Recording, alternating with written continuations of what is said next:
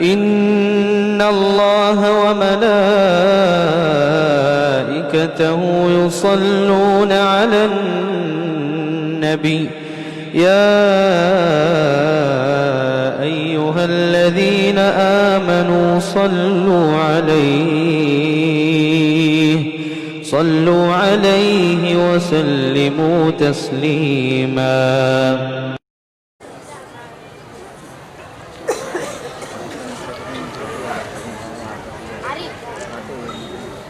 إن الحمد لله نحمده ونستعينه ونستغفره ونعوذ بالله من شرور أنفسنا ومن سيئات أعمالنا من يهده الله فلا مضل له ومن يضلل فلا هادي له وأشهد أن لا إله إلا الله وحده لا شريك له وأشهد أن محمدا عبده ورسوله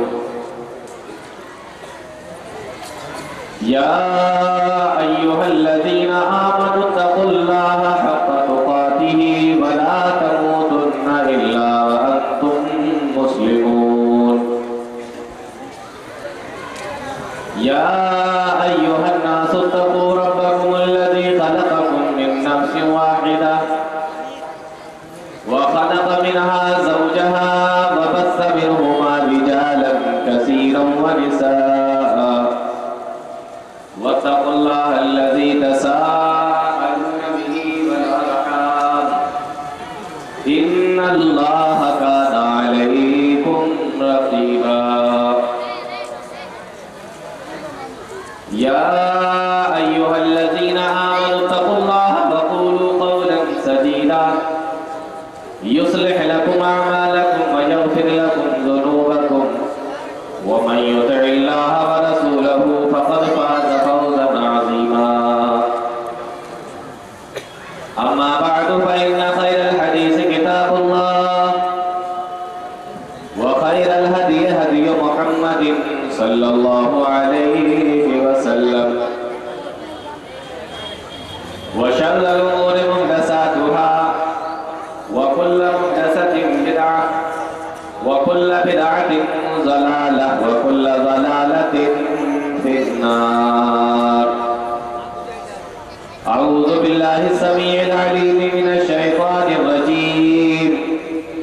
بسم الله الرحمن الرحيم. يا أيها الذين آمنوا قوا أنفسكم وأهليكم نارا وقودها الناس والحجارة عليها ملائكة غلاظ شداد لا يعصون الله ما أمرهم ويفعلون ما يؤمرون.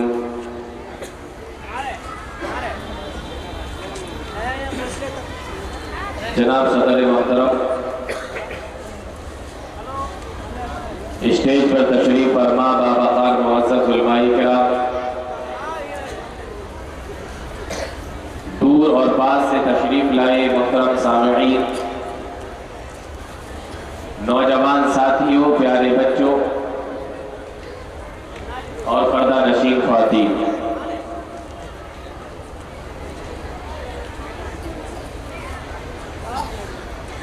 آج آپ کے سامنے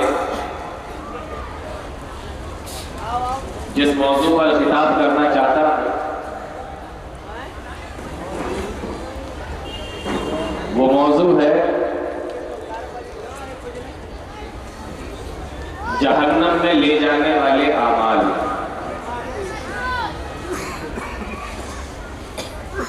کون سے ایسے کام ہیں جن کی وجہ سے انسان سیدھا جہنم میں پہنچ جاتا ہے، جن کاموں کے کرنے کی وجہ سے انسان جہنم میں ڈال دیا جاتا ہے، ان میں سے چند پر انشاءاللہ آج آپ کے سامنے گفتگو کی جائے گی۔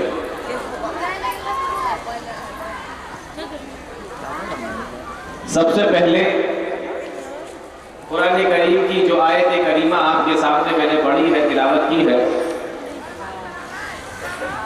اس آیت کریمہ پر غور کرتے ہیں اور اس کے بعد پھر ہم آپ کو یہ بتائیں گے کہ کون سے ایسے کام ہیں جو انسان کو جہنم میں لے جانے والے ہیں، تاکہ ہم ان کاموں سے بچ سکیں اور جہنم میں جانے سے بچ سکیں۔ جہنم بہت ہی خطرناک جیل ہے اور اس کے اندر آگ کا عذاب ہے، اور آگ کا عذاب سب سے خطرناک قسم کا عذاب مانا جاتا ہے۔ آیت کریمہ پر غور کیجئے تو معلوم ہوگا۔ اللہ رب العالمین ارشاد فرماتا ہے، یا ایھا الذین آمنوا، یا ایھا الذین آمنوا قوا انفسکم واہلیکم نارا، اے ایمان والو، قوا انفسکم، تم اپنے آپ کو بچا لو۔ آیت کریمہ پر غور کیجئے تو اندازہ ہوگا، اللہ رب العالمین نے اس آیت کے شروع میں فرمایا یا ایھا الذین آمنوا، اے ایمان والو، اپنے آپ کو جہنم سے بچاؤ۔ ایمان والوں کو حکم ہو رہا ہے کہ اپنے آپ کو جہنم سے بچا لو۔ معلوم یہ ہوا کہ ایمان لانا صرف جہنم سے بچنے کے لیے کافی نہیں ہے۔ اگر صرف ایمان لانے سے ہی انسان جہنم میں جانے سے بچ جاتا تو اللہ رب العالمین یہ فرماتا کہ اے ایمان والے لوگوں، تم ایمان لا کر اپنے آپ کو جہنم سے بچا لو، لیکن یہاں تو ایمان لانے والوں سے کہا جا رہا ہے کہ تم اپنے آپ کو جہنم سے بچاؤ۔ معلوم یہ ہوا کہ ایمان لانے کے ساتھ ساتھ ہمیں ایسے کام بھی کرنا ہے کہ جس کی وجہ سے ہم جہنم کے اندر نہ پہنچ جائیں بلکہ جہنم سے ہم کو بچا دیا جائے۔ آج بہت سارے لوگ کیا سوچتے ہیں کہ ہم تو اہل حدیث ہیں، ہمارا عقیدہ تو صحیح ہے، ہمارا منہج بھی ٹھیک ہے، قرآن و حدیث کے ماننے والے ہیں، اب عقیدہ ہمارا درست ہو گیا تو اب ہمیں جہنم میں تو جانے ہی نہیں۔ ایسے لوگوں کے خیال کی تردید کرتی ہے یہ آیت کریمہ۔ اللہ فرماتا ہے یا ایھا الذین آمنوا، اے ایمان والو، قوا انفسکم، تم اپنے آپ کو جہنم میں جانے سے بچا لو۔ اور آگے اللہ رب العالمین نے پھر ایک جملہ اور بیان فرمایا، صرف یہ نہیں کہا کہ تم صرف اپنے آپ کو جہنم میں جانے سے بچاؤ، بلکہ اللہ فرماتا ہے وَأَهْلِيكُمْ نَارًا، اور تم اپنے گھر والوں کو بھی جہنم میں جانے سے بچاؤ، یعنی تم خود بھی جہنم میں جانے سے بچو اور اپنے گھر والوں کو بھی جہنم میں جانے سے بچا لو۔ صرف اپنی فکر نہیں کرنا ہے بلکہ اپنے گھر والوں کی بھی فکر کرنا ہے، اپنے بیوی بچوں کی بھی فکر کرنا ہے۔ انسان کو اگر یہ معلوم ہو جائے کہ میں جس گھر میں رہتا ہوں اس گھر کے اوپر حملہ ہونے والا ہے، کوئی ہے جو اس گھر کے اوپر حملہ کرنا چاہتا ہے، تو بتاؤ مجھے، کیا وہ انسان صرف اپنے آپ کو بچائے گا اور اپنے گھر والوں کو وہیں گھر کے اندر ہی چھوڑ دے گا؟ بتائیے، بلکہ وہ اپنے آپ کو بھی بچانے کی کوشش کرے گا اور اپنے گھر والوں کو بھی بچانے کی کوشش کرے گا۔ اگر انسان کو یہ معلوم ہو جائے کہ میرے اس گھر کے اوپر حملہ ہونے والا ہے تو اگر وہ گھر چھوڑ کر جائے گا تو اکیلا نہیں جائے گا بلکہ اپنے گھر کے اندر جو افراد رہتے ہیں اپنے بیوی بچوں کو بھی ساتھ میں لے کر وہاں سے نکلے گا کہ اس حملے سے ہم بھی بچ جائیں اور ہمارے گھر والے بھی بچ جائیں۔ کیوں؟ اس لیے کہ اس کو اپنے گھر والوں کی فکر ہے، اس لیے کہ دنیا کے اندر کوئی مصیبت وہ نہیں چاہتا کہ میرے اوپر آئے یا میرے گھر والوں کی۔ تو جب دنیا کی مصیبت میں آپ یہ چاہتے ہیں کہ آپ بھی حفاظت سے رہیں، آپ کے گھر والے بھی حفاظت سے رہیں، نہ آپ کے اوپر وہ مصیبت آئے نہ آپ کے گھر والوں پر وہ مصیبت آئے، تو بتائیے دنیا سے کروڑوں درجے بڑی ہے آخرت کی مصیبت، پھر آپ نے یہ کیسے سوچ لیا کہ اس مصیبت کے اندر آپ بھی گر جائیں اور آپ کے گھر والے بھی گر جائیں؟ جس طریقے سے آپ دنیا میں انہیں بچاتے ہو، اپنے آپ کو بچاتے ہو، اسی طریقے سے آپ کو آخرت کی مصیبت سے اپنے آپ کو بھی بچانا ہے، اپنے گھر والوں کو بھی بچانا ہے، اور اس آخرت کی مصیبت کو جہنم کہا جاتا ہے۔ بات کتنی کلیئر ہو گئی؟ کوئی دقت تو نہیں ہوئی سمجھنے میں؟ آیت کریمہ پر پھر سے غور کیجیے، اللہ فرماتا ہے یا ایھا الذین آمنوا، اے ایمان والو، اپنے آپ کو اور اپنے گھر والوں کو جہنم میں جانے سے بچاؤ، آگ سے بچاؤ، جہنم سے بچاؤ۔ اب میں یہاں پر آپ کو ایک مثال اور دیتا ہوں۔ آپ بیٹھے ہوئے ہیں، سامنے آگ جل رہی ہے، اور آگ کا بیٹا، آگ کا بچہ، چھوٹا سا بچہ آگ کی طرف جا رہا ہے، بیٹا جا رہا ہے، بچہ جا رہا ہے آگ کی طرف، اور آپ بیٹھے ہوئے ہیں۔ اب مجھے یہ بتائیے کہ آپ کا کام کیا ہے؟ بچے کو آپ جانے دیں گے آگ کی طرف کہ وہ اس میں گر جائے، جل جائے، مر جائے؟ آپ چھوڑ دیں گے؟ عقل مند انسان کی نشانی یہ ہے کہ وہ اپنے بچے کو بیٹھا ہوا دیکھے گا نہیں کہ چلو جانے دو، جانے دو، جانے دو، گرے گا تب دیکھا جائے گا، نہیں جانے دے گا، بلکہ جیسے ہی دیکھا کہ میرا چھوٹا سا بچہ نادان ہے، اس کو معلوم نہیں ہے کچھ بھی، اور یہ آگ کی طرف جا رہا ہے، آگ میں گر جائے گا، جل جائے گا، مر جائے گا، تو اس انسان کی اگر وہ عقل مند ہے تو وہ بھاگتا ہوا جائے گا اور اپنے بچے کو جلدی سے، بڑا ہے تو پکڑ کر لائے گا، اور اگر چھوٹا ہے تو گود میں اٹھا کر لے کر آئے گا، لیکن آگ کے پاس نہیں جانے دے گا، آگ میں کودنے نہیں دے گا، آگ میں جلنے نہیں دے گا، کیونکہ اس کو اپنے بچے سے محبت ہے، اس کو اپنے بچے کی فکر ہے۔ تو دنیا کے اندر اگر آپ آگ دیکھ لو تو بچے کو اس کے قریب نہیں جانے دو، کہیں اس میں جل نہ جائے۔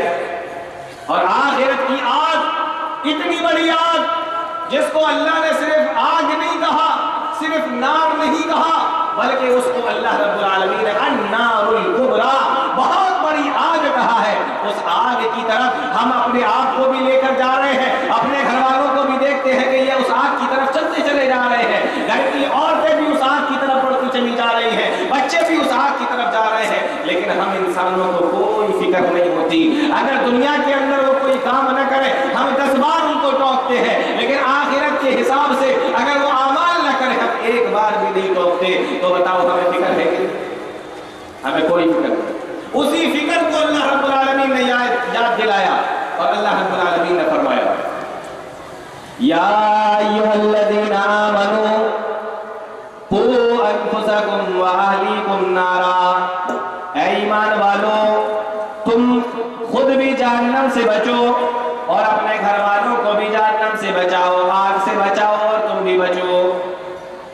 اللہ کے نبی جناب محمد رسول اللہ صلی اللہ علیہ وسلم کو اتنی فکر تھی لوگوں کی، حدیث کے اندر آتا ہے اللہ کے نبی صلی اللہ علیہ وسلم ارشاد فرماتے ہیں میری مثال اور تم لوگوں کی مثال بالکل اس طریقے سے ہے کہ جیسے کسی انسان نے آگ جلائی، اور جب آگ روشن ہو گئی تو کیڑے مکوڑے، پتنگے اس کے قریب آنے لگے اور اس میں گرنے لگے۔ جب وہ اس میں گرتے ہیں تو جلیات سے مر جاتے ہیں۔ اس انسان نے جب یہ دیکھا کہ آگ جلانے کی وجہ سے کیڑے مکوڑے، پتنگے جب اس کے قریب آ رہے تو وہ ان کو ہاتھ سے ہٹا رہا ہے کہیں اس میں گر نہ جائیں۔ بالکل میری مثال بھی اسی طریقے سے ہے۔ اللہ کے نبی جناب محمد رسول اللہ صلی اللہ علیہ وسلم نے ارشاد فرمایا کہ میں دیکھ رہا ہوں کہ تم لوگ جہنم کے قریب جاتے جا رہے ہو، تم لوگ جہنم میں کودنا چاہتے ہو، اور میں تمہیں کمر پکڑ پکڑ کر جہنم سے باہر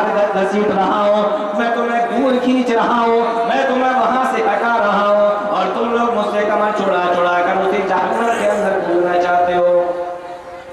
تو انسان کام ایسے کر رہا ہے کہ وہ جہنم کے گڑھے کے قریب پہنچ گیا، ایسے ایسے کام کر رہے ہیں کہ جہنم میں کودنا چاہتے ہیں۔ اللہ کے نبی صلی اللہ علیہ وسلم نے فرمایا میں پکڑ پکڑ کر کھینچ رہا ہوں تمہاری کمر کو، اور دیکھو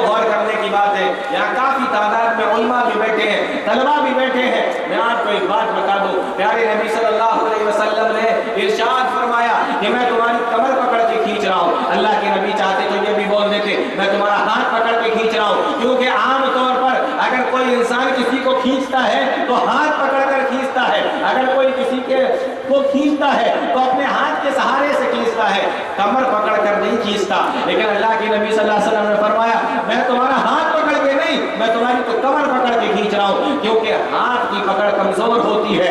کمر کی پکڑ جب انسان یہ دونوں ہاتھ کر کے ڈالتا ہے نا کمر میں, تو یہ پکڑ زیادہ مضبوط ہوتی ہے. اللہ کے نبی صلی اللہ علیہ وسلم نے فرمایا میں تمہاری کمزور پکڑ صرف ہاتھ پکڑ کر نہیں کھینچ رہا, یہ تو چھوٹ سکتا ہے, میں تمہاری کمر پکڑ کر کھینچ رہا ہوں, یہ چھوٹتی نہیں ہے, مضبوط پکڑ ہوتی ہے. اللہ کے نبی صلی اللہ علیہ وسلم کو اتنی فکر تھی اپنی امت کی. اسی چیز کو اللہ رب العالمین نے اس آیت کے اندر بیان فرمایا کہ تمہیں ایسے ہی فکر اپنی بھی کرنا ہے اور اپنے گھر والوں کی بھی کرنا ہے, اپنے بیوی بچوں کی کرنا ہے. آیت کریمہ پر غور کیجئے. اللہ کے نبی صلی اللہ علیہ وسلم ارشاد فرماتے ہیں, اللہ نے قرآن کے اندر فرمایا یا ایھا الذین آمنوا قوا انفسکم واہلیکم نارا, اے ایمان والو تم اپنے آپ کو اور اپنے گھر والوں کو جہنم میں جانے سے بچا لو, اپنے آپ کو اور اپنے گھر والوں کو آگ سے بچا لو. کیوں بچا لو؟ آگے بچا بتائی جا رہی ہے, اس لیے بچا لو. وقودها الناس والحجارہ, کیونکہ وہ آگ ایسی ہے, ہم اگر آگ جلاتے ہیں گھر کے اندر جلاتے ہیں یا باہر جلاتے ہیں, اگر ہمیں کبھی آگ جلانے کی ضرورت پڑ جاتی ہے تو اس کے اندر ہم تیل ڈالتے ہیں, لکڑیاں لگاتے ہیں, اس آگ کو جلانے کی کوشش کرتے ہیں, یا اور بھی کسی چیز سے جلانا ہو تو جلا لیتے ہیں. اللہ کے نبی صلی اللہ علیہ وسلم ارشاد فرماتے ہیں, اللہ قرآن کریم کے اندر بیان فرماتا ہے وقودها الناس والحجارہ, لیکن وہ آگ ایسی ہے جس کا ایندھن انسان اور پتھر ہے, وہ لکڑیوں سے نہیں جلائی جائے گی, اس کو کاغذ لگا کے نہیں جلایا جائے گا, اس میں تیل ڈال کر نہیں جلایا جائے گا, بلکہ اس آگ کو بھڑکایا جائے گا, اس آگ کو اگر ایندھن کسی کو بنایا جائے گا. فرمایا وقودها الناس والحجارہ, انسانوں کو لگا دیا جائے گا یا پتھر کو لگا دیا جائے گا, ان دو چیزوں کو اس کا ایندھن بنا دیا جائے گا. اب جس کا ایندھن ہی انسان کو بننا ہو اور ہمیں نہیں مانو کہ ہم لوگوں میں سے کس انسان کو اس آگ کا ایندھن بننا ہے, اس لیے اللہ کے نبی فرماتے ہیں کہ اس آگ سے بچنے کی کوشش کرو, کہیں ایسا نہ ہو کہ تمہیں ہی اس آگ کا ایندھن بنا دیا جائے, تمہیں ہی اس آگ کے اندر جلا دیا جائے, تمہیں ہی اس آگ کے اندر لگا دیا جائے. یا ایھا الذین آمنوا قوا انفسکم واہلیکم نارا. آیت کریمہ سمجھ میں آ رہی ہے؟ اس ایک ٹکڑے کے اندر کتنی چیزیں اللہ رب العالمین نے بیان فرما دی. اب ایک حدیث رسول سناتا ہوں. اللہ کے نبی جناب محمد رسول اللہ صلی اللہ علیہ وسلم نے ارشاد فرمایا, خاص طور سے اس حدیث رسول کو وہ لوگ دیکھیں جو شادی شدہ ہیں, وہ مرد جن کی شادیاں ہو گئی, وہ عورتیں جن کی شادیاں ہو گئی, شادی شدہ مرد اور شادی شدہ عورتیں خاص طور سے اس حدیث کو دیکھیں اور دیکھیں کہ اللہ رب العالمین نے آیت کریمہ کے اندر کیا بیان فرمایا. اللہ کے نبی جناب محمد رسول اللہ صلی اللہ علیہ وسلم ارشاد فرماتے ہیں رحم اللہ رجلا قام من اللیل فصلی. اللہ رب العالمین ایسے آدمی کے اوپر اپنا رحم فرمائے, جیسے آدمی پر اللہ اپنا رحم فرمائے. فرمائے قام من اللیل فصلی, جو صبح کے وقت میں اٹھتا ہے, یعنی تہجد کی نماز کے وقت میں اٹھتا ہے, فجر کی نماز کے وقت میں اٹھتا ہے. رحم اللہ رجلا قام من اللیل فصلی, اور تہجد کی نماز کے اندر اٹھتا ہے, فجر کی نماز کے اندر اٹھتا ہے, اور اٹھنے کے بعد وہ نماز کو پڑھتا ہے, اور نماز اور اس کے بعد وہ اپنی بیوی کو بھی اٹھاتا ہے. وَأَيْقَظَتْ أَهْلَهُ, اور اپنی بیوی کو أَيْقَظَ أَهْلَهُ امْرَأَتَهُ, اور اپنی بیوی کو بھی اٹھاتا ہے, اپنی بیوی کو بھی اٹھاتا ہے. اللہ کے نبی صلی اللہ علیہ وسلم ارشاد فرماتے ہیں اگر وہ بیوی اٹھنے سے انکار کر دیتی ہے, ان عبد نزح فی وجهه الماء, تو پانی کی چیزیں اٹھا کر اپنے اس بیوی کے چہرے پہ مار دیتا ہے اور اس کو نماز کے لیے اٹھاتا ہے. ایسا آدمی جو خود بھی فجر میں اٹھے اور اپنی بیوی کو بھی صبح فجر میں نماز کے لیے اٹھائے, تہجد میں اٹھائے, اور اگر وہ اٹھنے سے انکار کر دے تو پانی کی چھینٹیں اس کے منہ پر مار دی. عورتیں دن بھر کام کرتی ہیں، تھک جاتی ہیں، ان کو کپڑے دھلنا ہے، برتن بھی مانجنا ہے، برتن بھی صاف کرنا ہے، کپڑے صاف کرنا ہے، کھانا بنانا ہے، بچے چھوٹے چھوٹے ہیں تو ان کی بھی دیکھ بھال کرنا ہے، شوہر کی بھی فرما برداری کرنا ہے. اور اگر جوائنٹ فیملی کے اندر رہتی ہے تو شوہر کے جو ماں باپ ہوتے ہیں ساس سسر، ان کی بھی دیکھ بھال کرنا رہتی ہے. تو یہ پورا کام کر کے عورتیں تھک جاتی ہیں. صبح فجر کے ٹائم ان عورتوں کی آنکھ نہیں کھلتی. اللہ کے نبی صلی اللہ علیہ وسلم نے فرمایا کہ اگر عورت کی آنکھ نہ کھلے تو مرد اٹھا دے، اور اگر وہ کہے کہ چلو میں آج نہیں اٹھ رہی ہوں، میں تھکی ہوئی ہوں، مجھے سونے دو، پیارے نبی صلی اللہ علیہ وسلم نے فرمایا کہ پانی کی چھینٹیں لے، تھوڑا سا پانی لے اور وہ پانی اس کے منہ پر مار دے، وہ چھینٹیں اس کے منہ پر مار دے تاکہ وہ عورت اٹھ جائے اور اس کی آنکھ کھل جائے. آدمی کو چاہیے کہ وہ فجر میں اٹھے تو اکیلے نماز پڑھ کر نہ سو جائے، بلکہ اپنی بیوی کو بھی اٹھائے اور اپنی بیوی سے کہے کہ محترمہ بیگم، میں نماز پڑھ کر اکیلے جنت میں نہیں جاؤں گا، تم بھی اٹھو، میں تمہارے ساتھ جنت میں جانا چاہتا ہوں، میں تمہارا شوہر ہوں، مجھے تم سے محبت ہے، میں جنت کے اندر چلا جاؤں نماز پڑھ کر اور تم بے نمازی بن کر جہنم کے اندر چلے جاؤ، یہ میں نہیں ہونے دوں گا. اگر واقعی شوہر کو حقیقی محبت ہوگی اپنی بیوی سے تو کبھی بھی وہ یہ نہیں چاہے گا کہ میں جنت میں چلا جاؤں اور یہ پڑی سوتی رہے اور یہ جہنم میں جانے والی بن جائے. کوئی چاہتا ہے کیا؟ میں اکیلے نہیں جاؤں گا جنت میں، تمہیں لے کر جاؤں گا جنت میں، اس لیے تم بھی اٹھو، تمہیں بھی نماز پڑھنا ہے. اللہ کے نبی فرماتے ہیں اگر کوئی ایسا شوہر ہے اللہ اس کی رحم فرمائے. بتائیے، دعا دینے والے اللہ کے نبی ہیں، اللہ کے نبی ایسے آدمی کے لیے دعا کر رہے ہیں اور رحمت کی دعا کی جائے. آگے اللہ کے نبی صلی اللہ علیہ وسلم نے اس حدیث کے اندر ارشاد فرمایا رحم اللہ امراتن قامت من اللیل فصلت، اور اللہ ایسی عورت کے اوپر بھی رحم فرمائے، اللہ ایسی عورت کے اوپر بھی اپنا رحم کرے. اے عورتوں غور سے سنو، جو شادی شدہ عورتیں ہیں خصوصی طور پر اس بات کو سمجھ لے، سن لے، یاد کر لے. کہاں اللہ ایسی عورت کے اوپر بھی اپنا رحم فرمائے جو فجر کے وقت میں اٹھے یا تہجد کے وقت میں اٹھے، فصلت، اور نماز پڑھے، اور اس کے بعد وہ اپنے شوہر کو بھی اٹھائے، وَأَيْقَظَتْ، اور وہ اپنے شوہر کو بھی اٹھائے. اب اگر شوہر اٹھنے سے انکار کر دے، منع کر دے، شوہر بھی تو تھکے ہوئے ہوتے ہیں، دن بھر گھر سے باہر رہتے ہیں، محنت مزدوری کرتے ہیں، کاروبار کرتے ہیں، تجارت کرتے ہیں، دسیوں طریقے کے ان کو کام ہوتے ہیں، بھاگ دوڑ کرتے ہیں، رات میں واپس آتے ہیں، تھک جاتے ہیں، سو جاتے ہیں، صبح فجر کی نماز میں، تہجد کی نماز میں آنکھ نہیں کھلی. اور میں یہ بات پوری گارنٹی کے ساتھ میں بول رہا ہوں، آج کے ایسے پرفتن دور کے اندر جب انسان اپنے دین پر بہت ہی کم عمل کر رہا ہے، آج کے ایسے دور کے اندر بھی عورتیں مردوں سے زیادہ دیندار ہیں، عورتیں مردوں سے زیادہ دیندار ہیں. اور آپ اپنے گھر کا معائنہ کر لیجئے، مردوں کا عالم یہ ہے کہ جمعے کی نماز پڑھ کر مسجد سے نکلے تو اگلے ہفتے جمعے کی نماز پڑھنے کے لیے مسجد کے اندر جائیں گے، ایک ہفتے تک کوئی نماز نہیں. لیکن عورتوں کا معاملہ یہ نہیں ہے. آپ عورتوں کو گھر کے اندر کسی دن بھی نماز پڑھتے ہوئے دیکھ سکتے ہیں، عورتیں اپنے گھروں کے اندر نمازیں پڑھتی رہتی ہیں. آج بھی مردوں کے مقابلے میں عورتیں زیادہ دیندار ہوتی ہیں، جبکہ اتنا بگاڑ پیدا ہو چکا پھر بھی عورتوں کے اندر دینداری زیادہ ہے. پیارے نبی صلی اللہ علیہ وسلم نے فرمایا اللہ رب العالمین ایسی عورت کے اوپر اپنا رحم فرمائے جو صبح کے وقت میں اٹھے، نماز کے وقت میں اٹھے، اور اٹھنے کے بعد خود بھی نماز پڑھے اور اپنے شوہر کو بھی نماز کے لیے اٹھائے.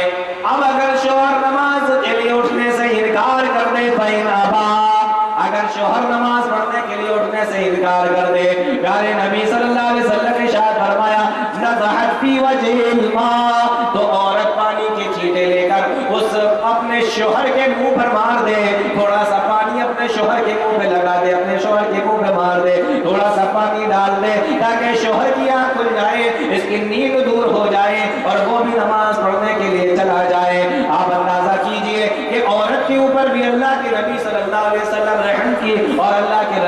دعا کر رہے ہیں.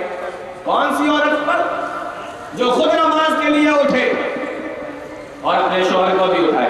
میں اکیلے نماز نہیں پڑھوں گی, تمہیں بھی نماز پڑھنا پڑے گی. جس طریقے سے تمہیں میرا خیال ہے, دن بھر کام کرتے ہو, مجھے بھی تمہارا پورا خیال ہے. اور میں اکیلے جنت میں نہیں جاؤں گی, میں نماز پڑھ کر جنتی بن جاؤں اور آگ لے کے سوتے رہے جہنمی بن جائے. میں اکیلے جنت کے اندر نہیں جاؤں گی. اٹھو, میں تمہیں جہنم میں نہیں جانے دے سکتی, تمہیں بھی نماز پڑھنا. رشتہ تو ایسا ہونا چاہیے, میاں بیوی کا رشتہ ایسا ہونا چاہیے, شوہر اور عورت کا اور بیوی کا ایسا رشتہ ہونا چاہیے. لیکن ایسے جوڑے ملتے کہاں ہیں, ایسے شوہر اور ایسی بیوی ملتی کہاں ہے؟ آج کا معاملہ تو یہ ہے کہ مرد نے اگر اٹھا دیا یا عورت نے اگر اٹھا دیا کہ چلو اٹھو نماز پڑھ کے آؤ, وہ رکھا ڈنڈا, وہ ڈنڈا رکھا, وہ جوتا رکھا ہوا ہے, دن بھر میں کام کرتا ہوں, سونے بھی نہیں دیتی. سیدھا آئے گا سسرال اور اپنے ساس سسر کے پاس میں آگے شکایت کرے گا. یاد رکھنا, عورتیں بھی بیچاری ڈر کی وجہ سے کچھ نہیں بولتی کہ ٹھیک ہے تیرا من چاہے تو 8 بجے تک سو, تیرا من چاہے تو 10 بجے تک سو, مجھے کیا. پیارے نبی صلی اللہ علیہ وسلم فرماتے ہیں, دونوں لوگوں کے بارے میں بتایا, مرد پر بھی اللہ رحم کرے, عورت پر کون؟ جو فجر میں اٹھے تو اپنی بیوی کو بھی اٹھائے, اور بیوی اگر اٹھ جائے تو اپنے شوہر کو بھی اٹھائے. ایسے آدمی اور ایسے عورت کے اوپر اللہ اپنی رحمت نازل فرمائے. آپ ذرا غور کیجئے اس آیت کریمہ کے اوپر. اللہ تعالیٰ نے ارشاد فرماتا ہے, یا ایھا الذین آمنوا قوا انفسکم واہلیکم نارا. اے ایمان والو, تم خود بھی اپنے آپ کو جہنم سے بچاؤ اور اپنے گھر والوں کو بھی جہنم سے بچاؤ. اس لیے بچاؤ, وقودها الناس والحجارہ, کیونکہ وہ آگ ایسی ہے کہ جس کا ایندھن انسان اور پتھر ہے. علیہا ملائکۃ غلاظ شداد, اور اس آگ کے اوپر اللہ نے جو فرشتے مقرر کیے ہیں, اللہ کے نبی صلی اللہ علیہ وسلم ارشاد فرماتے ہیں, اللہ ارشاد فرماتا ہے علیہا ملائکۃ غلاظ شداد, جو بہت ہی سخت قسم کے فرشتے ہیں, جن کے دلوں کے اوپر کوئی رحم نہیں ہے, جن کے دلوں کے اندر رحم نہیں ہے. ہمارے تمہارے زمانے یا انسانوں کی طرح نہیں کہ مارتے مارتے تھک گئے تو تھوڑی دیر کے لیے چھوڑ دیا کہ آرام کر لیں, سستا لیں. یا ایسا بھی نہیں کہ مارتے مارتے جب دیکھ لیا کہ میں نے خوب مان لیا ہے تو رحم آ گیا اور رحم کھا کر ہم نے اس کو چھوڑ دیا. ایسے بھی وہ فرشتے نہیں ہیں, بلکہ وہ بہت ہی سخت قسم کے ہیں. نہ تو وہ مارتے مارتے تھکتے ہیں کہ تمہیں تھوڑی دیر کے لیے آرام کرنے کا موقع مل جائے گا, اور نہ مارتے مارتے ان کے دلوں کے اندر کوئی ہمدردی اور رحم دلی پیدا ہوتی ہے. فرمایا علیہا ملائکۃ غلاظ شداد, وہ اتنے مضبوط قسم کے ہیں کہ جس طریقے سے انسان دنیا کے اندر کسی کی پکڑ میں چلا جائے تو کسی طریقے سے بھی اپنے طاقت کے ذریعے سے, رشوت کے ذریعے سے یا کسی اور چیز کے ذریعے سے وہ انسان چھوٹ کر باہر آ جاتا ہے, واپس آ جاتا ہے. فرمائے فرشتے تو اتنے سخت قسم کے ہیں کہ اگر ان کے چنگل میں ایک بار پھنس گئے پھر کبھی دوبارہ نکل نہیں سکو گے. وہ دنیا کی پولیس نہیں ہے کہ آپ نے اس کو کچھ کھلا پلا دیا اور انہوں نے کہا کہ چل ٹھیک ہے چلا جائے یہاں سے بھاگ جا. نہیں, وہ فرشتے ہیں.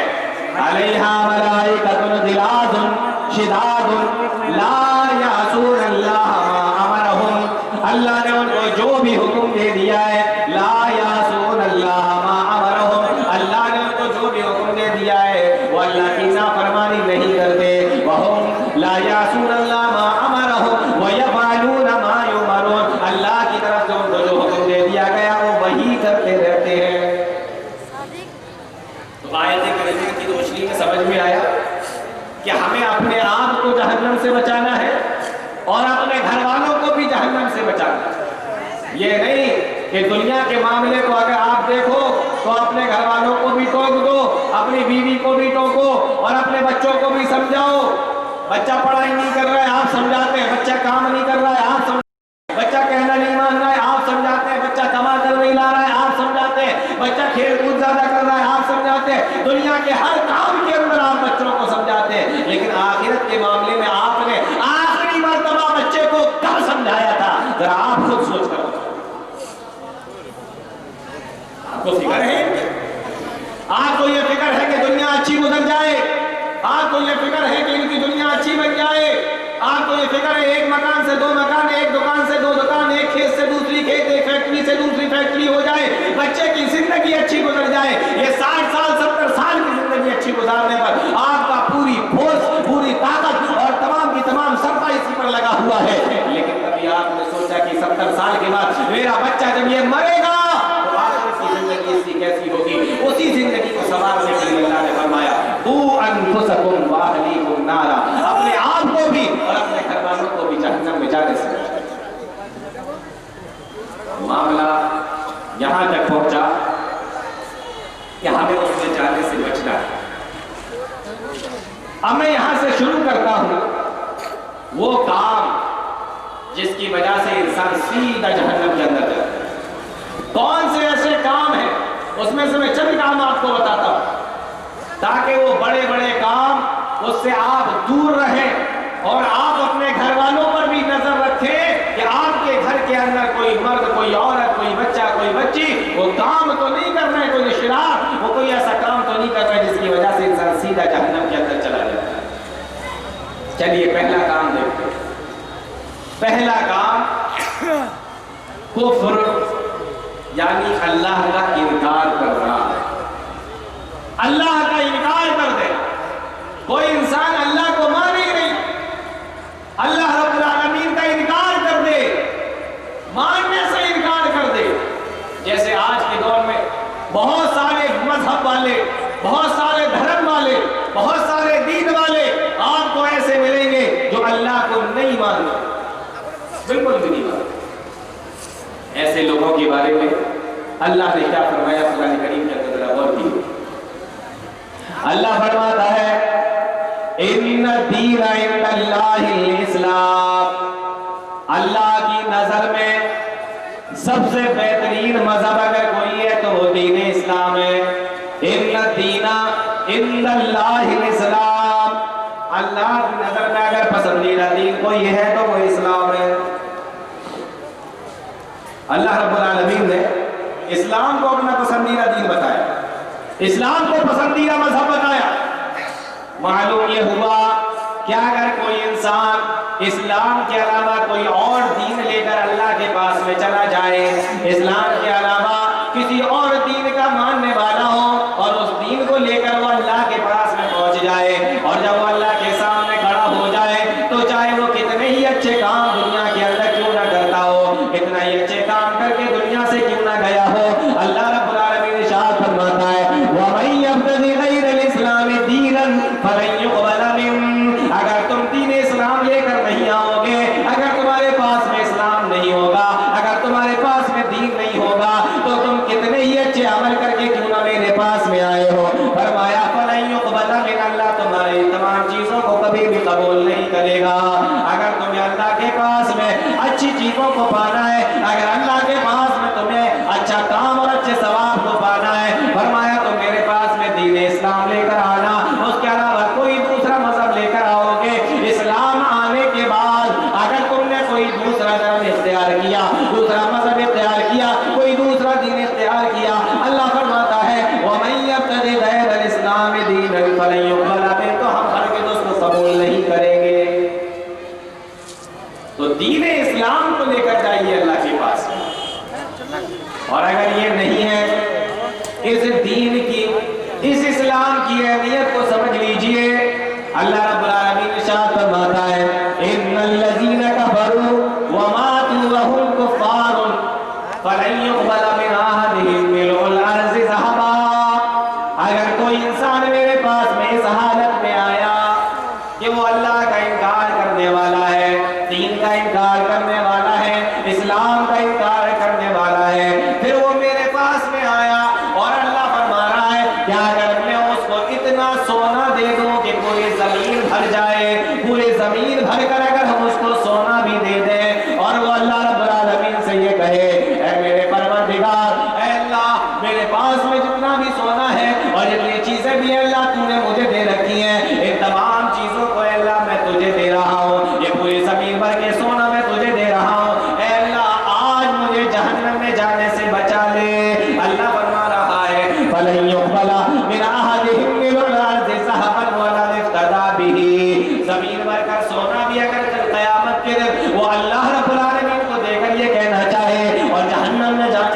کرنا چاہے اللہ فرماتا ہے اس کو یہ زمین پر کر سونا بھی کوئی فائدہ نہیں پہنچائے گا۔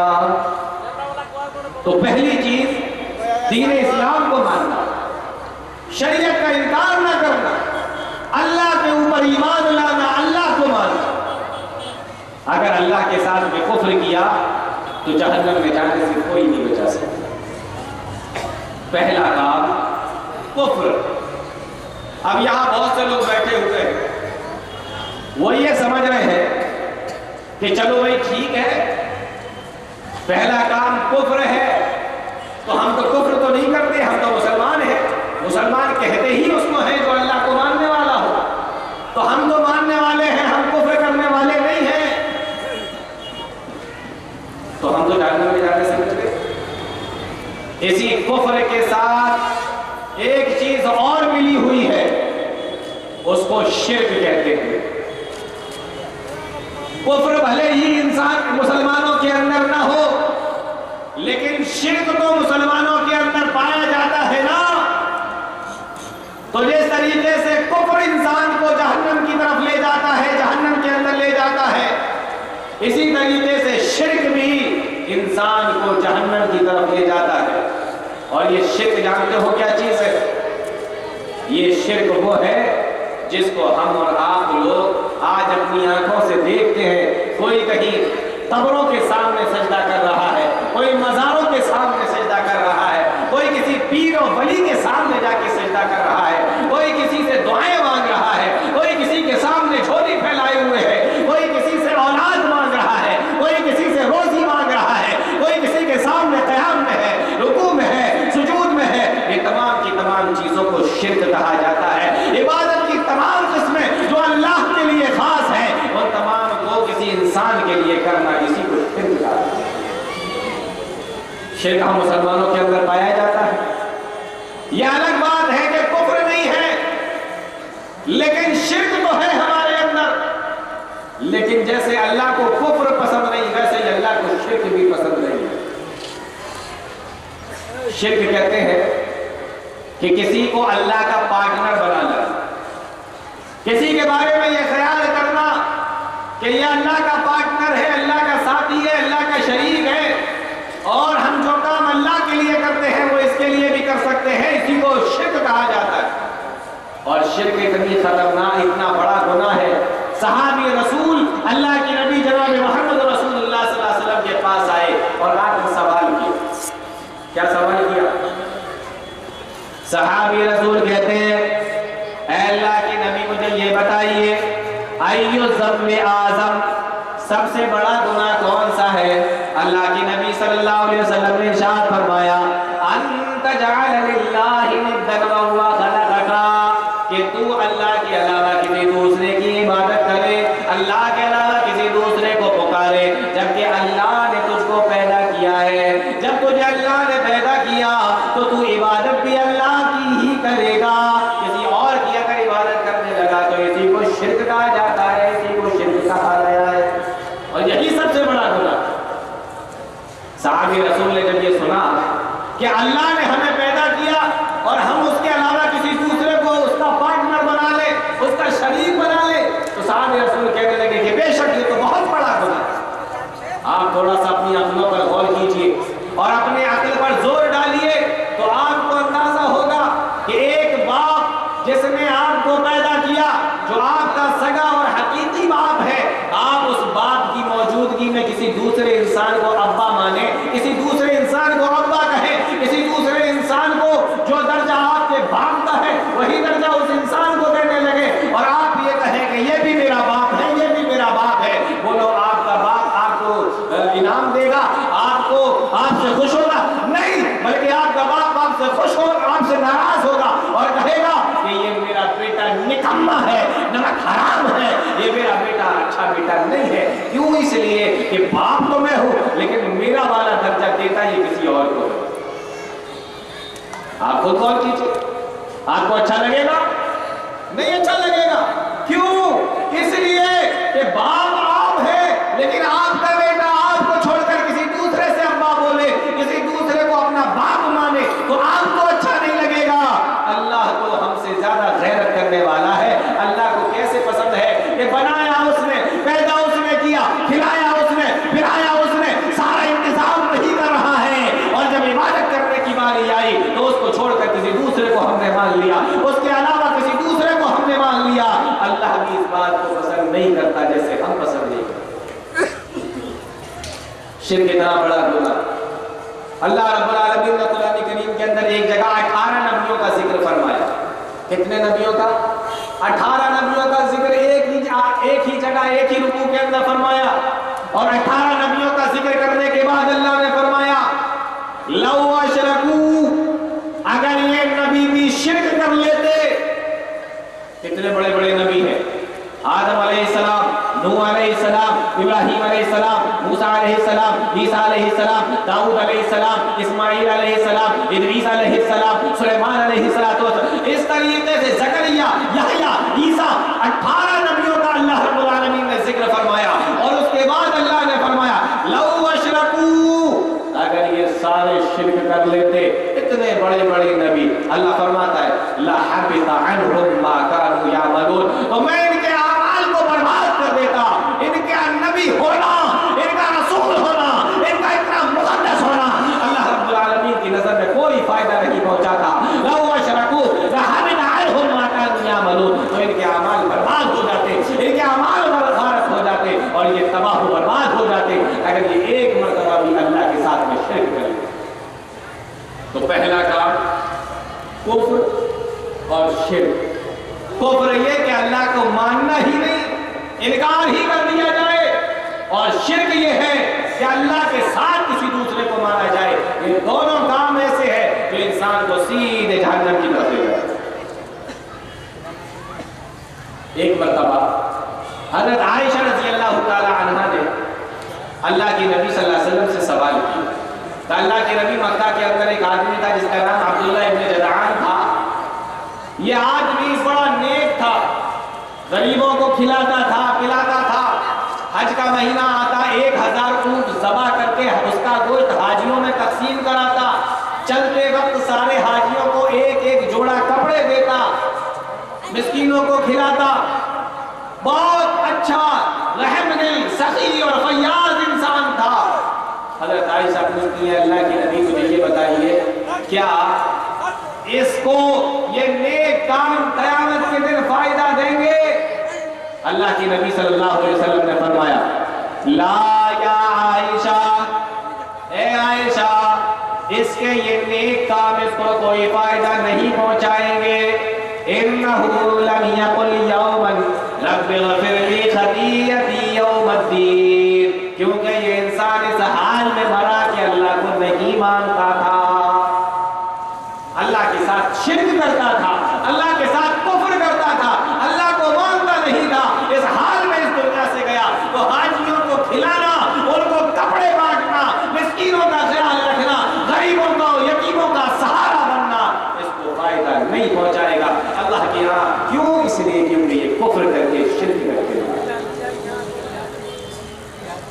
تو پہلا کام کہ انسان کفر کر لے یا شرک کر لے. اگر یہ دو کام کیے اور توبہ نہیں کی, بغیر توبہ کے اس دنیا سے چلا گیا تو انسان جہنم میں جاتا ہے. یہ پہلا کام. اچھا ایک بات بتائیے, آپ نے کبھی غور کیا کہ اللہ رب العالمین نے, اللہ شرک سے اتنا ناراض کیوں ہوتا ہے؟ کوئی اس کے ساتھ اگر شریک کر لے تو اللہ اتنا ناراض کیوں ہوتا ہے؟ انسان قتل کر دے, زنا کر دے, جھوٹ بول دے اور دوسرے کام کرے, لیکن اللہ نے ان کاموں کے بارے میں یہ نہیں فرمایا ان اللہ لا یغفر ان یشرک بہ ویغفر ما دون ذلک لمن یشاء, کہ میں اس کے یہ کام ہرگز معاف نہیں کروں گا, بلکہ اللہ نے فرمایا کہ میں سارے گناہ معاف کر سکتا ہوں لیکن شرک کو معاف نہیں کروں گا. شرک میں ایسی کون سی بات کہ شرک معاف نہیں ہوتا, باقی سارے گناہ معاف ہو جاتے ہیں. شرک میں اگر توبہ نہیں کی اللہ معاف نہیں کرتا, مرنے سے پہلے اگر توبہ کر کے مل گئے معاف نہیں ہوتا. کیوں؟ اس کی وجہ کیا ہے؟ میں ایک بڑی پیاری مثال دیتا ہوں, اور مثال میری نہیں ہے, یہ بھی قرآن کی مثال ہے. کیا فرمایا اللہ نے؟ الزانی لا ينكح الا زانیۃ او مشرکہ والزانیۃ لا ينكحها الا زان او مشرک. اللہ نے اس ایک آیت کے اندر زنا کو اور شرک کو ایک ساتھ بیان کیا ہے. غور کرنا اس آیت کریمہ پر. اس مجمع کے اندر بہت سارے عربی پڑھنے والے بچے بھی بیٹھے ہیں, طلبہ بھی بیٹھے ہیں. اس آیت کریمہ پر ذرا غور کیجئے. اللہ نے زنا کو اور شرک کو ایک ہی آیت کے اندر بیان فرما دیا. کیوں بیان کیا؟ تاکہ انسان کی سمجھ میں آ جائے کہ شرک کتنا بڑا گناہ ہے اور اللہ اس شرک کو, اس گناہ کو کیوں معاف نہیں کرتا. جس طریقے سے کوئی انسان اپنی بیوی کو کسی دوسرے کے پاس میں دیکھ لے, وہ انسان ناراض ہو جاتا ہے, کبھی اپنے پاس میں رکھنا نہیں چاہے گا. کہ کیسا ہی انسان کیوں نہ ہو, ہماری غیرت جاگ اٹھتی ہے کہ بیوی میری ہے اور یہ کسی دوسرے کے پاس میں چلی جائے. بیوی میری ہو, کسی دوسرے کے پاس میں یہ چلی جائے. کھلانے کا انتظام میں کروں, میں اس کے کپڑوں کا انتظام کروں, میں اس کے رہنے سہنے کا انتظام کروں, خرچہ میں دوں, سارے کام میں کروں. لیکن بیوی میری ہونے کے بعد اگر وہ انسان اپنی بیوی کو کسی دوسرے مرد کے پاس میں دیکھ لیتا ہے, انسان کی غیرت جاگ اٹھتی ہے. یہاں تک بھی کیس دیکھے گئے ہیں کہ شوہر نے اپنی بیوی کو اور اس کے پریمی کو دونوں کو جان سے بھی مار دیا ہے. ایسی غیرت بھی اور ایسے کیس بھی اسی دنیا کے اندر, اسی سماج کے اندر دیکھے گئے ہیں. تو انسان اپنی بیوی کو جس کی وہ دیکھ بھال کرتا ہے, کھلاتا پلاتا ہے, وہ کسی دوسرے مرد کے پاس میں نہیں دیکھ سکتا. اسی طریقے سے اللہ اپنے بندے کو کسی دوسرے کے پاس میں نہیں دیکھ سکتا. جیسے تم یہ برداشت نہیں کرتے کہ تم بیوی کا خیال رکھو, اس کی دیکھ بھال کرو, کھلانے پلانے کی ذمہ داری پوری کرو, اور وہ کسی دوسرے مرد کے پاس میں چلی جائے, ایسے ہی اللہ رب العالمین یہ برداشت نہیں کر سکتا, یہ برداشت نہیں کرتا کہ بندہ اس کا ہو اور وہ کھلائے بھی پلائے بھی, مرض ہو تو شفا بھی وہی دے, اس کی مصیبتوں کو وہی دور کرے, اور وہ بندہ کسی دوسرے کے پاس میں چلا جائے, کسی دوسرے کے سامنے سجدے کرنے لگے. جیسے تمہاری غیرت برداشت نہیں کرتی, اللہ تم سے زیادہ غیرت کرنے والا ہے, اس کی غیرت بھی اس بات کو برداشت نہیں کرتی ہے. سمجھ میں آئے؟ جیسے ہم معاف کرنے کے لیے تیار نہیں, بیوی کی چھوٹی موٹی غلطیاں ہوگی ہم معاف کر دیں گے, لیکن یہ غلطی کہ اپنی بیوی کو کسی دوسرے مرد کے پاس میں دیکھ لے, تو کوئی بھی انسان ہوگا غیرت اگر اس کے اندر ہوگی وہ ہر کس بات کو معاف نہیں کر سکتا ہے. ایسے ہی شرک کا معاملہ ہے. اللہ بھی اپنے بندے کو جب کسی دوسرے کی عبادت کرتے ہوئے دیکھتا ہے نا, اللہ بھی پھر معاف نہیں کرتا. اس لیے اللہ نے تمہیں سمجھانے کے لیے کہ دیکھو مجھے شرک سے اتنی گھن کیوں ہے, میری نظر میں شرک اتنا بڑا گھنونا جرم کیوں ہے, اس لیے کہ جیسے تمہاری نظر میں بیوی کا کسی دوسرے کے پاس جانا گھنونا جرم ہے, اسی طریقے سے میری نظر میں میرے بندے کا کسی دوسرے کے سامنے ہاتھ پھیلانا, سجدے کرنا, عبادت کرنا میری نظر میں. شرک اور کفر یہ دونوں ایسے کام ہیں جو انسان کو سیدھے جہنم میں لے جائے. تو پہلا کام آپ خود بچیے, اور گھر میں, خاندان میں, سماج میں, آپ کے ملنے جلنے والوں میں اگر کوئی اس کام کے اندر ملوث ہو تو اس کو منع کیجئے, اس کو سمجھائیے اور اس کو بتائیے کہ آپ کتنا بڑا گناہ ہے. اتنی بات اگر سمجھ میں آ گئی ہو تو اب میں ایک دوسرا کام بتاتا ہوں جو انسان کو سیدھا جہنم کی طرف لے جاتا ہے, اور وہ گناہ کے معاملے میں دوسرے نمبر پر ہے. دوسرے نمبر پر سب سے بڑا گناہ تو شرک, اور گناہ کے معاملے میں دوسرا جو سب سے بڑا گناہ ہے وہ ہے بدعت. اور سے سنیے اس بات, دوسرا کام بدعت. بدعت کس کو کہتے ہیں؟ بدعت یہ ہے کہ جس کا حکم اللہ کی کتاب میں نہ ہو, جس کا حکم نبی کے فرمان کے اندر نہ ہو, جس کا حکم نبی کے زمانے میں نہ ہو, جو کام نہ کبھی نبی نے کیا, نہ نبی کے صحابہ نے کیا, نہ قرآن میں اس کا حکم موجود ہے, نہ حدیثوں کے اندر اس کا حکم موجود ہے, اور انسان اس کام کو دین سمجھ کر کرنے لگے, ثواب سمجھ کر کرنے لگے, اسی کو بدعت کہا جاتا ہے. یہ اتنا بڑا گناہ ہے کہ شرک کے بعد اگر کسی گناہ کا نمبر آتا ہے تو وہ اسی گناہ کا نمبر. بات سمجھ میں آ رہی؟ سمجھنے میں کوئی دقت تو نہیں ہو رہی؟ تو یہ دوسرا گناہ ہے بدعت, اور یہ اتنا خطرناک گناہ, اتنا خطرناک گناہ. میں آپ کو ایک بڑی پیاری بات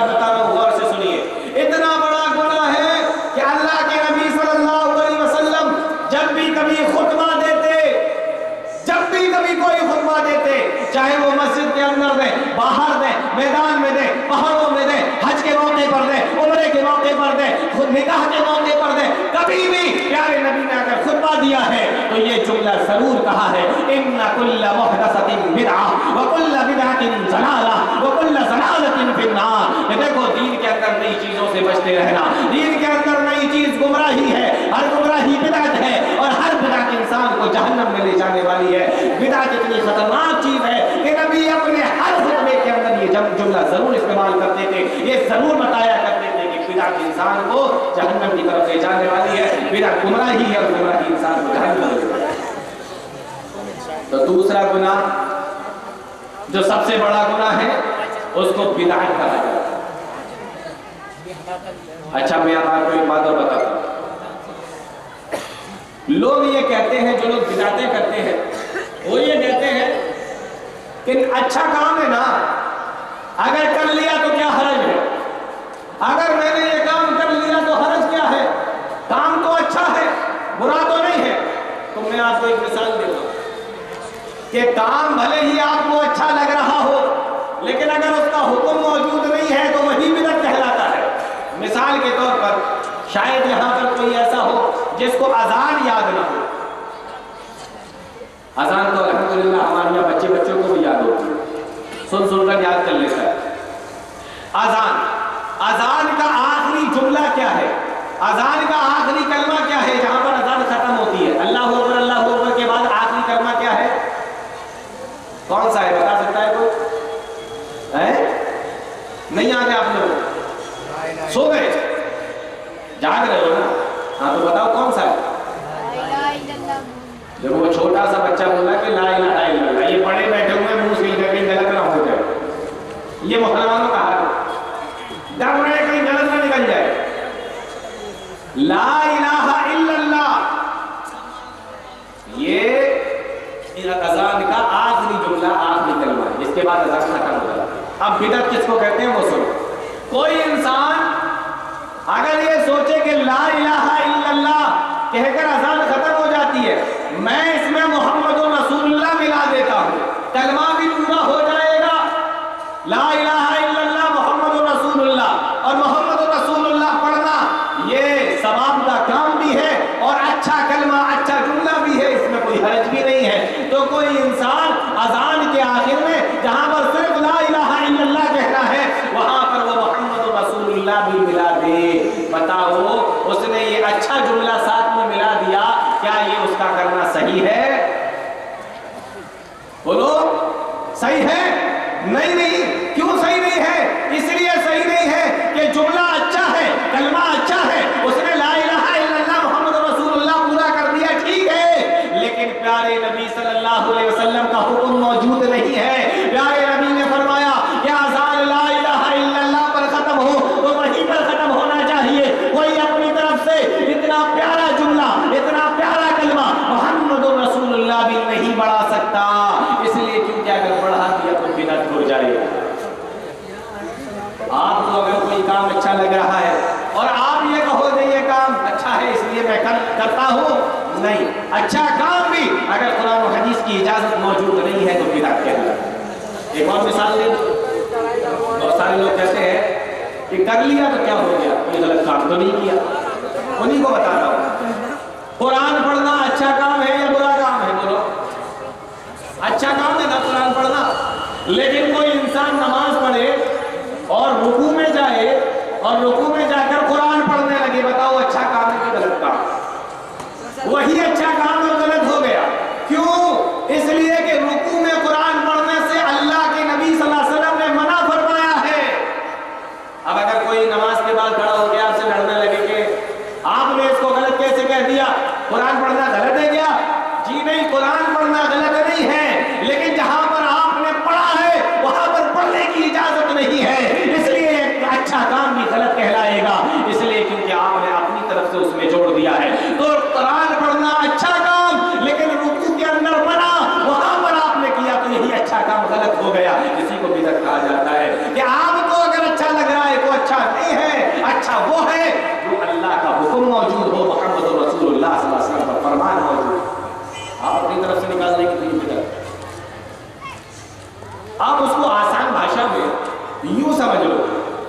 کہ جیسے کوئی نیا کام دین کے اندر نکالتا ہے اور کہتا ہے کہ یہ بھی اچھا ہے، یہ بھی ثواب کا کام ہے، گویا کہ وہ یہ کہنا چاہ رہا ہے کہ اللہ کی شریعت آج تک ادھوری تھی، اللہ کی شریعت آج تک ادھوری تھی، یہ کام رہ گیا تھا جس کو میں نے ملا دیا، اب یہ شریعت پوری ہو گئی ہے۔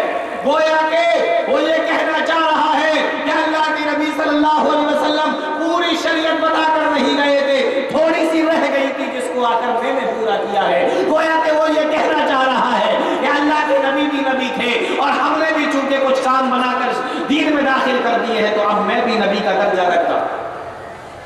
گویا کہ شرک کرنا یہ اللہ کے حق پر ڈاکہ ڈالنا ہے، اور بدعت کرنا یہ جناب محمد رسول اللہ صلی اللہ علیہ وسلم کے حقوق پر ڈاکے ڈالنے کے برابر ہے۔ اس لیے شرک کے بعد اس کو سب سے بڑا درجہ دیا گیا ہے گناہ کے اندر بدعت، اور یہ بدعت کتنی خطرناک چیز ہے میں آپ کو بتاتا ہوں۔ جمعے کی نماز پڑھتے ہو؟ جمعے کی نماز تو پڑھتے ہی ہوگے۔ جمعے کی نماز میں امام صاحب پہلی رکعت میں پڑھاتے ہیں سورہ اعلیٰ، سبح اسم ربک الاعلیٰ، یہ سنت بھی ہے، اور دوسری رکعت میں پڑھتے ہیں سورہ غاشیہ، ہل اتاک حدیث الغاشیہ۔ اس کے اندر ایک جملہ ہے، آیتیں ہیں، 2 آیتیں۔ سورہ غاشیہ کے اندر آپ نے بہت بار سنی ہوگی، جمعے کے دن اتنے بڑے اجتماع میں، اتنی بڑی بھیڑ میں، پورے نمازیوں کے بیچ میں جب نماز ہوتی ہے، جمعے کی نماز، عام طور پر لوگ جمعے کی نماز نہیں چھوڑتے، اس جمعے کی نماز میں جب سورہ غاشیہ پڑھی جاتی ہے، اس سورہ غاشیہ کے اندر یہ 2 آیتیں بھی آتی ہیں، عاملۃ ناصبہ تصلی نارا حامیہ، عاملۃ ناصبہ تصلی نارا حامیہ، کہ دنیا کے اندر بہت سے لوگ ایسے ہوں گے جو کام کر کر کے تھک گئے ہوں گے، یعنی انہوں نے اتنے اعمال کیے ہوں گے، اتنا اعمال کیا ہوگا کہ وہ کام کر کر کے تھک گئے ہوں گے، تصلی نارا حامیہ، لیکن جب کل قیامت کے دن آئیں گے اٹھا کر ان کو جہنم میں ڈال دیا جائے گا۔ کیوں؟ اس لیے کہ انہوں نے کام وہ کیے تھے جو قرآن و حدیث سے ثابت بولو نہیں تھے، انہوں نے بدعتوں کو دین سمجھ کر کیا تھا۔ اللہ فرماتا ہے کام کر کر کر تھک گئے ہوں گے، عاملۃ ناصبہ، اور جب انسان کام کرتا ہے تو کام کے بعد مزدوری ملنے کا ٹائم آتا ہے تو وہ اللہ کے پاس یہ سوچ کر جائیں گے یار مجھے ثواب ملے گا، مجھے مزدوری ملے گی، مجھے میرا محنتانہ ملے گا، لیکن اللہ فرماتا ہے جب میں ان کو دیکھوں گا، فرشتوں کو حکم دیا جائے گا اٹھاؤ اٹھا کر سب کو جہنم میں پھینک دو۔ اللہ فرماتا ہے عاملۃ ناصبہ تصلی نارا حامیہ، دنیا میں کام کر کر کے تھک گئے ہوں گے، ان کو اٹھا کے سیدھا جہنم میں پھینک دیا جائے گا۔ کیوں؟ کہ انہوں نے کام وہ کیے تھے جس کو بدعت کہا جاتا ہے۔ وہ بڑی مشہور حدیث بھی سنا دوں آپ کو بدعت کے تعلق سے، اللہ کے نبی صلی اللہ علیہ وسلم نے فرمایا، آج بہت سارے لوگ جو بدعتیں کرتے ہیں نا، وہ اپنے آپ کو عاشق رسول ہونے کا بھی دعویٰ کرتے ہیں اور یہ کہتے ہیں کہ نبی سے عشق جو ہم کر سکتے ہیں وہ کوئی کر ہی نہیں سکتا۔ پہلے تو نبی کے لیے عشق کا لفظ استعمال کرنا ہی غلط ہے، عشق کا لفظ نبی کے لیے استعمال کرنا ہی غلط ہے، لیکن جو لوگ نبی کے لیے عشق کا لفظ استعمال کرتے ہیں، عاشق رسول کا لفظ استعمال کرتے ہیں کہ نبی سے ہم محبت کرتے ہیں اور کوئی ہمارے علاوہ نبی کو چاہتا نہیں ہے، ایسے لوگ بدعتیں کرنے والے کل قیامت کے دن اللہ کے نبی صلی اللہ علیہ وسلم کے پاس میں پہنچیں گے، حوض کوثر لگا ہوا ہوگا، نبی پانی پلا رہے ہوں گے، اور وہ پانی جس کے بارے میں اللہ کے نبی صلی اللہ علیہ وسلم نے فرمایا من مر علی شرب ومن شرب لم یظمأ ابدا، جو وہاں سے گزرے گا اس کو پانی ملے گا، اور جو ایک بار پانی پی لے گا پھر وہ جنت میں جانے تک اس کو دوبارہ پیاس نہیں لگے گی، ایسا پانی۔ اللہ کے نبی صلی اللہ علیہ وسلم فرماتے ہیں لا يردن علی اقوام عارفهم ويعرفونني، میرے پاس ایک جماعت آئے گی، مسلمانوں کی ایک جماعت میرے پاس سے نکلے گی، میرے پاس آئے گی، اور وہ بھی میرے حوض پر پانی پینے کے لیے آنا چاہتے ہوں گے۔ اللہ کے نبی ارشاد فرماتے ہیں ثم يحال بینی وبینہم، فرشتے میرے اور ان کے بیچ میں آ جائیں گے۔ اللہ کے نبی فرماتے ہیں اے فرشتوں ان کو روک کیوں دیا، انہم منی، یہ میری امت کے لوگ ہیں۔ اللہ کے نبی صلی اللہ علیہ وسلم سے فرشتے جواب دیں گے اے اللہ کے نبی ان کو اس لیے حوض سے روک دیا گیا ہے، ان کو پانی سے اس لیے روک دیا گیا ہے، انک لا تدری ما احدث بعدک، آپ کو معلوم نہیں ہے آپ کے آنے کے بعد ان لوگوں نے کتنے کام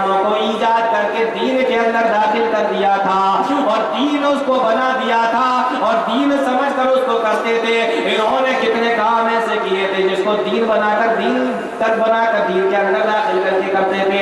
اللہ کے نبی صلی اللہ علیہ وسلم فرماتے ہیں جب میں یہ سنوں گا تو کہوں گا سحقن سحقن لمن بدل دینی سحقن سحقن لمن غیر بادی.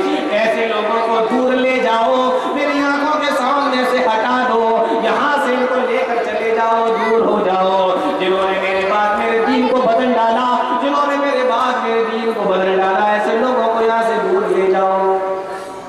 بولو یہ کون کہہ رہا ہے؟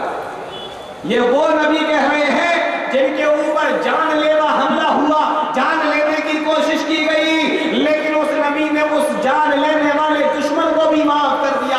اتنی رحم اور اتنی رحمت کرنے والا نبی, لیکن جب اس کے دین کے اوپر آنچ آئی, اس کے دین کے اندر لوگوں نے نئے کام کیے, اس کے دین کو بدلنے کی کوشش کی اور دین کے اندر بدعتوں کو رائج کیا, تو وہ رحمت والا نبی جس نے جان لینے والے کو بھی معاف کر دیا, وہ رحمت والا نبی کل قیامت کے دن کہے گا ایسے لوگوں کو میری آنکھوں کے سامنے ٹھہرنے بھی مت دو, یہاں سے لے کر جاؤ, دور ہو جاؤ میری آنکھوں کے سامنے سے, تو میرا دین بدل کر آئے. اتنی خطرناک چیز ہے یہ بدعت, اتنا خطرناک گناہ ہے یہ بدعت. تو دوسرا کام بدعت. چلیے اب میں آپ کو ایک تیسرا کام بتاتا ہوں, اور یہ کام بھی مسلمانوں کے اندر دھیرے دھیرے بڑی تیزی کے ساتھ بڑھتا چلا جا رہا ہے, اور یہ کام مردوں سے زیادہ عورتوں کے اندر جا رہا ہے, اور یہ کام عورتیں زیادہ کر رہی ہیں. مرد کرتے ہیں لیکن کم کرتے, عورتیں اس کام کے اندر زیادہ ملوث ہیں. اور یہ کام کون سا ہے؟ یہ کام ہے نجومیوں کے پاس جانا, باباؤں کے پاس جانا اور کاہنوں کے پاس جانا, ان کے پاس جا کر اپنی قسمت کے بارے میں پوچھنا, اپنا ہاتھ دکھانا, گھر میں چوری کس نے کی, ہوئی ہے یا نہیں ہوئی ہے, کل کیا ہونے والا ہے, یہ تمام کی تمام چیزوں کے بارے میں ان باباؤں کے پاس جا کر لوگ کاہنوں کے پاس جاتے ہیں, ہاتھ بتانے والا, قسمت کی لکیریں بتانے والا. اور بہت سارے لوگ تو یہ دعویٰ کرتے ہیں کہ ہمارے قبضے میں جنات ہیں, ان جناتوں کے ذریعے سے ہم بتا دیتے ہیں کہ تمہاری یہ چوری کس نے کی ہے, ان جناتوں کے ذریعے سے ہم بتا دیتے ہیں کہ تمہارے ساتھ کیا ہونے والا ہے, تمہارے ساتھ جو غلط کام ہوا وہ کس نے کیا, ہمارے قبضے میں جنات ہیں. لوگ یہ سوچ کر ان کے پاس بھی جاتے ہیں. میں نے کتنے اہل حدیثوں کے اندر ایسے ایسے معاملے دیکھے کہ گھر میں چوری ہو گئی, گھر میں چوری ہوئی ہے, دکان میں چوری ہوئی ہے, کیوں کون ہے یہ پتا کرنے کے لیے, نام نکلوانے کے لیے باباؤں کے چکر لگا رہے ہیں, کاہنوں کے چکر لگا رہے ہیں, نجومیوں کے پاس میں جا رہے ہیں, ایسے دھوکے باز لوگوں کے پاس میں اور ایسے جھوٹے لوگوں کے پاس میں جا رہے ہیں جن کے بارے میں لوگوں کا یہ عقیدہ ہے کہ قبضے میں جنات ہے, یہ سب بتا دیں. نام نکلوانے کا کہ نام پوچھوں گا, نام نکلواؤں گا. اللہ کی قسم یہ کتنا بڑا گناہ ہے, آپ اندازہ کیجئے, یہ اتنا بڑا گناہ, اتنا بڑا گناہ. پیارے نبی صلی اللہ علیہ وسلم نے ارشاد فرمایا من عدا عرافا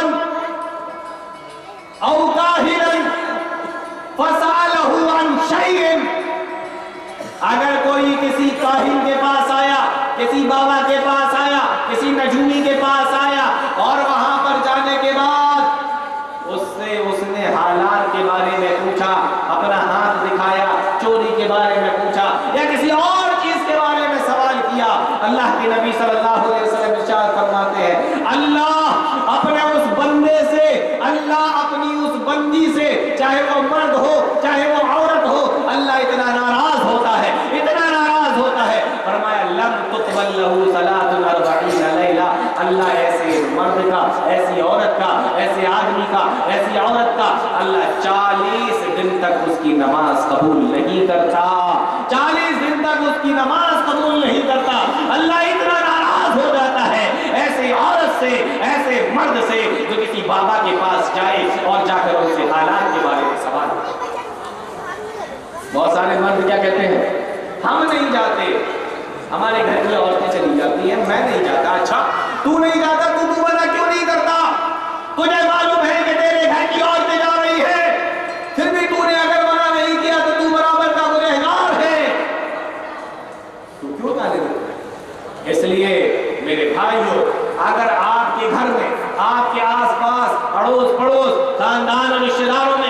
اگر یہ کام ہو رہا ہے تو آپ اس کو بالکل بند کروا دیجئے.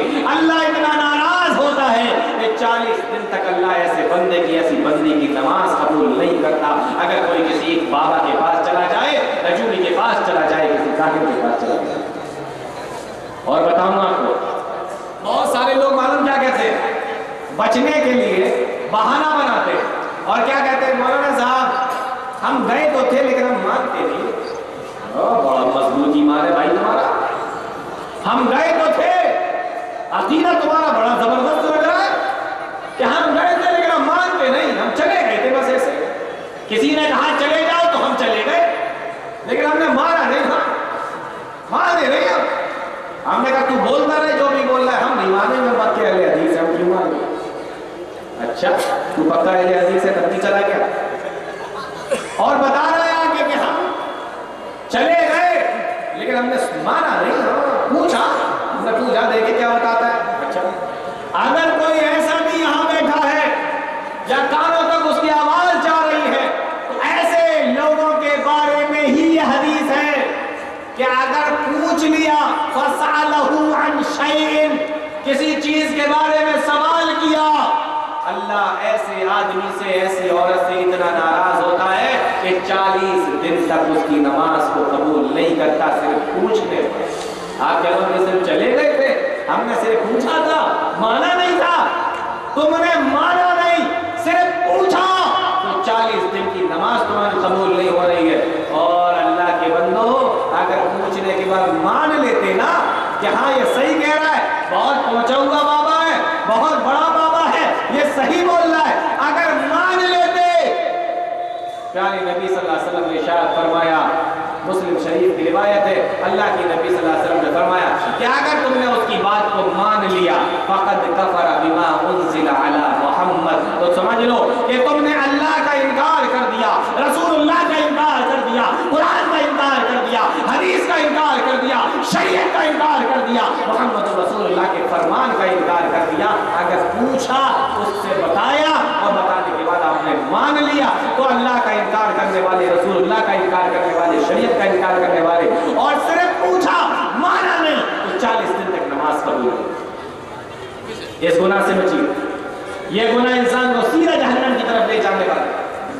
یہ تیسرا کام ہے جو بڑی تیزی سے مسلمانوں کے اندر پھیلا, اور اب وہ کام اہل حدیثوں کے اندر بھی بڑی تیزی سے پھیلتا جا رہا ہے. اور میں الگ الگ جگہوں پر جاتا ہوں, مجھے لوگ بتاتے ہیں کہ یہاں پر یہ کام ہوتا ہے, ایک بابا رہتا ہے جو کہتا ہے میرے قبضے میں جنات ہیں, اور لوگوں نے مجھے بتایا کہ مولانا صاحب یہاں پر اہل حدیث کی عورتیں بھی آتی ہیں, ان کو بھی یہاں پر بیٹھا ہوا دیکھا گیا, ان کو بھی یہاں پر چکر لگاتے ہوئے دیکھا گیا.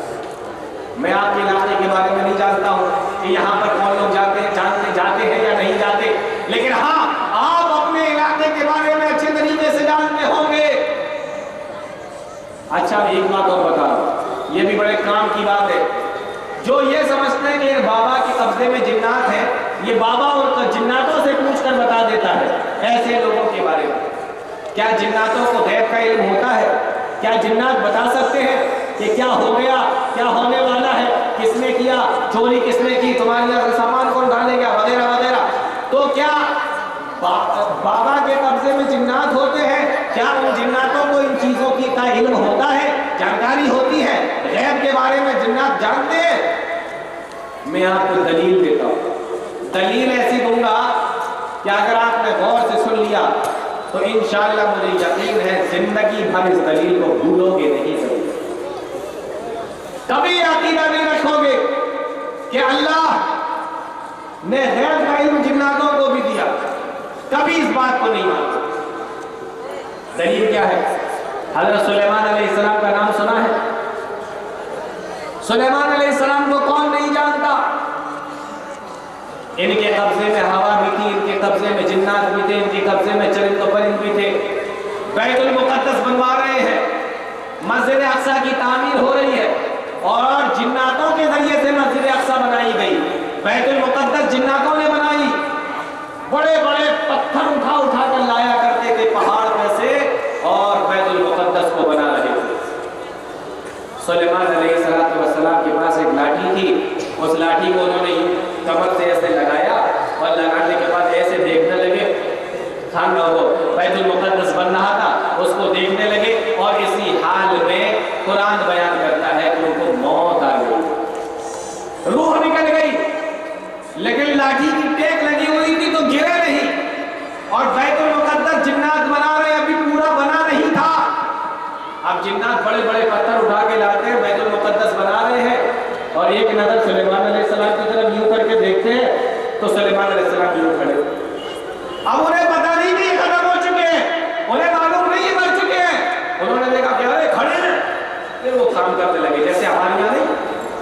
کوئی آدمی گھر میں کام کراتا ہے تو مزدور دیکھتے ہیں کہ مالک ہے کہ نہیں، اور جیسے مزدوروں نے دیکھا کہ مالک نہیں ہے، مالک کہیں نکل گیا، تو کوئی مزدور بیڑی پی رہا ہے، کوئی مزدور چائے پی رہا ہے، کوئی یوں بیٹھ گیا، کوئی لیٹ گیا، اور جیسے ہی دیکھا کہ مالک آ گیا پٹاخ سے اٹھے پھر کام کرنے لگے۔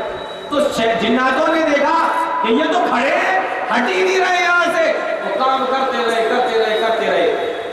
اللہ نے ان کی لاٹھی کے اندر ایک دیمک نام کا جو کیڑا ہوتا ہے وہ پیدا کر دیا، وہ لکڑی کھاتا ہے، لکڑی۔ اس نے لکڑی کو کھانا شروع کیا، اور جس دن اس نے وہ لکڑی کو لاٹھی کو کھا کر پورا چٹ کر دیا، اور اسی دن بیت المقدس بن کے تیار ہو گیا۔ جب بیت المقدس تیار ہوا، ادھر دیمک لاٹھی کو کھا گئی، بیت المقدس ادھر تیار ہوا، اور ادھر سلیمان علیہ السلام جو ٹیک لگا کر کھڑے تھے وہ زمین پہ گر گئے۔ یہ میری بات نہیں ہے، میں قرآن کی بات آپ کو بتا رہا ہوں۔ سورہ سبا اٹھا کر دیکھ لینا، اللہ فرماتا ہے فَلَمَّا قَضَيْنَا عَلَيْهِ الْمَوْتَ مَا دَلَّهُمْ عَلَى مَوْتِهِ إِلَّا دَابَّةُ الْأَرْضِ تَأْكُلُ مِنْ سَأَتَهُ۔ سلیمان علیہ السلام کی موت کی خبر ان کو نہیں ہو سکی۔ ہاں، جب دیمک نے وہ لکڑی کو کھا لیا تو ان کو پتا چلا کہ سلیمان علیہ السلام تو کب کے مر چکے ہیں، کب کا ان کا انتقال ہو چکا ہے۔ یہ قرآن بیان کر رہا ہے فَلَمَّا قَضَيْنَا عَلَيْهِ الْمَوْتَ مَا دَلَّهُمْ عَلَى مَوْتِهِ إِلَّا دَابَّةُ الْأَرْضِ تَأْكُلُ مِنْ سَأَتَهُ۔ اب جب جناتوں نے دیکھا کہ ارے یہ تو کب کے ختم ہو گئے، اور ہم سمجھ رہے تھے کہ یہ ابھی زندہ ہے، ہمیں دیکھ رہے ہیں، نگرانی کر رہے ہیں مالک، تو آپ اندازہ کرو کہ سلیمان علیہ السلام کی موت کی خبر ان جناتوں کو نہیں ہو پائی، سامنے سے دیکھ رہے ہیں اور پتہ نہیں ہے کہ سلیمان علیہ السلام ختم ہو چکے ہیں، مر چکے ہیں، وفات ہو چکی ہے۔ تو جناتوں کو دوسری باتیں، باہر کی باتیں کیسے معلوم ہو جائیں گی جب سامنے کی بات نہیں معلوم؟ اور ہمارا عقیدہ کیا ہے؟ اور پھر جناتوں نے کہا فَلَمَّا خَرَّ تَبَيَّنَتِ الْجِنُّ أَن لَّوْ كَانُوا يَعْلَمُونَ الْغَيْبَ مَا لَبِثُوا فِي الْعَذَابِ الْمُهِينِ۔ جنات کہنے لگے اگر مجھے غیب کی باتوں کے بارے میں معلوم ہوتا، اگر مجھے غیب کی باتیں معلوم ہوتی، مَا لَبِثُوا فِي الْعَذَابِ الْمُهِينِ، تو یہ جو بڑے بڑے پتھر اٹھا کے ہم لا رہے تھے، جو مزدوری کر رہے تھے، اور یہ اس کام کے اندر ہم مبتلا تھے، یہ کام ہم ہرگز نہیں کرتے۔ اگر ہمیں پہلے سے معلوم ہو جاتا، اگر مجھے غیب کے بارے میں معلوم ہوتا، مجھے خبر ہوتی۔ معلوم یہ ہوا کہ جناتوں کو بھی غیب کا علم نہیں ہوتا۔ جو لوگ یہ دعویٰ کرتے ہیں کہ میرے قبضے میں جنات ہیں، ہم جناتوں سے پوچھ کر بتا دیں گے، یا جناتوں سے پوچھ کر کہتے ہیں کہ ہم بتا دیتے ہیں، ایسے لوگ جھوٹے ہیں، اپنے دعوے کے اندر جھوٹے ہیں۔ ایسے لوگوں کے پاس خود جا کر اپنے گھر کی عورتوں کو بھیج کر ان کے ایمان کا سودا نہ کرو، ان کی عزت کا سودا نہ کرو۔ مال بھی جاتا ہے، ایمان بھی جاتا ہے، عزت بھی جاتی ہے، دولت بھی جاتی ہے، ایسی جگہوں پہ جا کے سب کچھ لٹ جاتا ہے۔ میرے بھائیوں، یہ تیسرا بڑا گناہ ہے جو انسان کو سیدھا جہنم کی طرف لے جاتا ہے۔ اتنی بات سمجھ میں آ گئی؟ چلیے اب ایک چوتھا گناہ آپ کو بتا دیں۔ چوتھا گناہ یہ ہے، آج ہم یہ سمجھتے ہیں کہ نیک کام کرو، چاہے جیسے بھی کرو، چاہے جیسے بھی کرتے رہو، بس نیک کام کرتے رہو۔ نیک کام کو قبول ہونے کے لیے دو شرطیں ضروری ہیں۔ اگر یہ دو چیزیں نہیں پائی گئی تو وہ نیک کام قبول نہیں ہوتا۔ میں ایک ایک کر کے دونوں چیزیں بتا رہا ہوں۔ پہلی چیز کہ وہ کام نبی کا حکم موجود ہو، قرآن کے اندر اس کا حکم موجود ہو یا حدیث رسول کے اندر ہو، اللہ نے بتایا ہو، محمد رسول اللہ صلی اللہ علیہ وسلم نے فرمایا ہو، نبی سے ثابت ہونا چاہیے، اور اس کام کے اندر نبی کی مخالفت نہیں ہونی۔ ہمیں ہمیشہ اللہ کے رسول صلی اللہ علیہ وسلم کی اطاعت کرنا ہے، فرما برداری کرنا ہے، رسول کی مخالفت نہیں کرنا۔ بہت سارے لوگ گھر کے دباؤ میں آ کے نبی کی مخالفت کرتے ہیں، بہت سارے لوگ خاندان والوں کے دباؤ میں آ کر نبی کی مخالفت کرتے ہیں. بہت سارے لوگ اپنی قوم اور اپنی جماعت اور اپنے یہاں کے لوگوں محلے کے لوگوں کو دیکھ کر نبی کی مخالفت کرتے ہیں. مسلمانوں کا کام مخالفت کرنے کا نہیں، مسلمانوں کا کام سمعنا و اطعنا. اے اللہ کے نبی ہم نے سن لیا اور ہم نے مان لیا، یہ کام ہو. حدیث رسول سنو، اللہ کے نبی صلی اللہ علیہ وسلم فرماتے ہیں کل امتی يدخلون الجنت الا من ابا. میری امت کا ہر آدمی جنت کے اندر جائے گا. کل امتی يدخلون الجنت الا من ابا. میری امت کا ہر آدمی جنت کے اندر جائے گا، لیکن جس نے جنت میں جانے سے انکار کر دیا، یعنی جو جنت میں جانے سے منع کر دے، ایسا آدمی جنت میں نہیں جائے گا. صحابہ نے جب یہ سنا بڑی حیرت ہوئی، پوچھنے لگے اللہ کے نبی ایسا کون سا آدمی ہوگا جو جنت میں جانے سے منع کر دے گا؟ ہم تو نہیں منع کر سکتے، ہم تو ایمان اس لیے لائے، مسلمان اسی لیے ہوئے تاکہ ہمیں جنت مل جائے. اور کون سا ایسا بے وقوف ہوگا جو خود کہتے ہمیں نہیں جانا جنت میں، ہم نہیں جانا چاہتے. صحابہ پوچھنے لگے قیلا یا رسول اللہ من یابا. اے اللہ کے نبی ایسے آدمی کے بارے میں مجھے بتائیے جو جنت میں جانے سے منع کر دے. ایسا کون بد نصیب ہوگا جو خود جنت میں جانے سے منع کر دے گا؟ پیارے نبی صلی اللہ علیہ وسلم نے ارشاد فرمایا قیل من اطاعنی دخل الجنہ ومن عصانی فقد ابا. جس نے میری بات مان لی، جس نے میری اطاعت کی، جس نے میری فرما برداری کی، سمجھ لو اس نے جنت میں جانے کے لیے ہاں کر دیا. اور جس نے میری نافرمانی کی، جس نے میری بات کو نہیں مانا، سمجھ لو اسی نے جنت میں جانے سے منع کر دیا. جنت میں لے جانے والی چیز نبی کی اطاعت، اور جہنم میں لے جانے والی چیز نبی کی نافرمانی، نبی کی مخالفت. آج دیکھیے اللہ رب العالمین نے نبی بنا کر بھیجا جناب محمد رسول اللہ صلی اللہ علیہ وسلم کو، لیکن جب نبی کی بات آ جائے اور کسی امام کی بات آ جائے تو آج ہمارے یہاں یہ دیکھا جاتا ہے میرے امام نے کہا ہے یا نہیں کہا. آج یہ دیکھا جاتا ہے کہ میرے امام کا قول کیا ہے.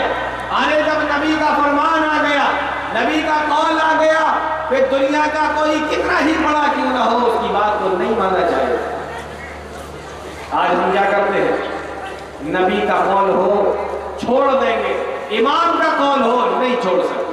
نبی نے کچھ کہا، امام نے کچھ کہا تو امام کی بات پکڑ کر بیٹھیں گے، جماعت کی بات پکڑ کر بیٹھیں گے، اپنے مسلک کی بات پکڑ کر بیٹھتے ہیں، نبی کی مخالفت کرتے ہیں. سنن دارمی کی وہ حدیث مجھے یاد آ رہی ہے، مسند احمد کے اندر بھی وہ روایت موجود ہے، بخاری کے اندر بھی وہ روایت موجود ہے، لیکن پوری تفصیل کے ساتھ جو ہے وہ سنن دارمی کے اندر موجود ہے. اللہ کے نبی صلی اللہ علیہ وسلم بیٹھے ہوئے ہیں، اتنے میں حضرت عمر فاروق رضی اللہ تعالیٰ عنہ بھی آ جاتے ہیں. پیارے نبی کے پاس میں اور بھی بہت سے صحابہ کرام موجود ہیں. حضرت عمر فاروق رضی اللہ تعالیٰ عنہ آ گئے اور ہاتھ میں بنسخۃ من التوراۃ، توریت کے چند اوراق ہیں. اب طلبہ یہاں بیٹھے ذرا غور کریں. توریت کے چند اوراق ہیں. توریت جانتے ہو کون سی کتاب ہے؟ اچھا چلو میں آپ سے پوچھ رہا ہوں، توریت جو کتاب ہے وہ کس نبی پر نازل ہوئی تھی مجھے بتائیے. کوئی بتا سکتا ہے؟ بیٹھے ہوئے کوئی بتا سکتا ہے؟ سب خاموش، نہیں معلوم. حضرت موسیٰ علیہ السلام. چلیے اللہ تعالیٰ آپ کو جزائے خیر دے کہ آپ نے کم سے کم بتایا تو. حضرت موسیٰ علیہ السلام پر نازل ہونے والی کتاب توریت، اسی کتاب کو نہیں، غور کرنا ہے اس الفاظ پر، کتاب کو نہیں، بنسخۃ من التوراۃ، توریت کے پوری کتاب نہیں، پوری توریت لے کر نہیں آئے تھے، توریت کے چند ورقے لے کر آئے تھے، چند اوراق، چند پیج لے کر آئے. پوری توریت لے کر نہیں آئے، چند پیج لے کر آئے. اللہ کے نبی صلی اللہ علیہ وسلم کے پاس میں پہنچے اور کہا اللہ کے نبی یہ توریت ہے. پیارے نبی نے دیکھا، حضرت عمر فاروق رضی اللہ تعالیٰ عنہ وہیں پر بیٹھ گئے. فجعل یقرأ، اور حضرت عمر فاروق رضی اللہ تعالیٰ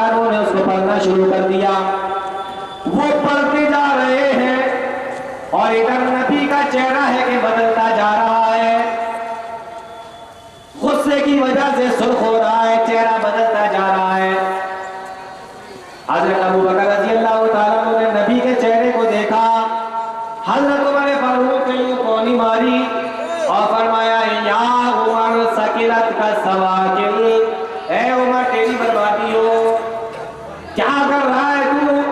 کیا تو نبی کے چہرے کو نہیں دیکھ رہا ہے؟ کیا تو نبی کے چہرے کو نہیں دیکھتا؟ نبی کا چہرہ بدلتا چلا جا رہا ہے، کیا تو نبی کے چہرے کو نہیں دیکھ رہا ہے؟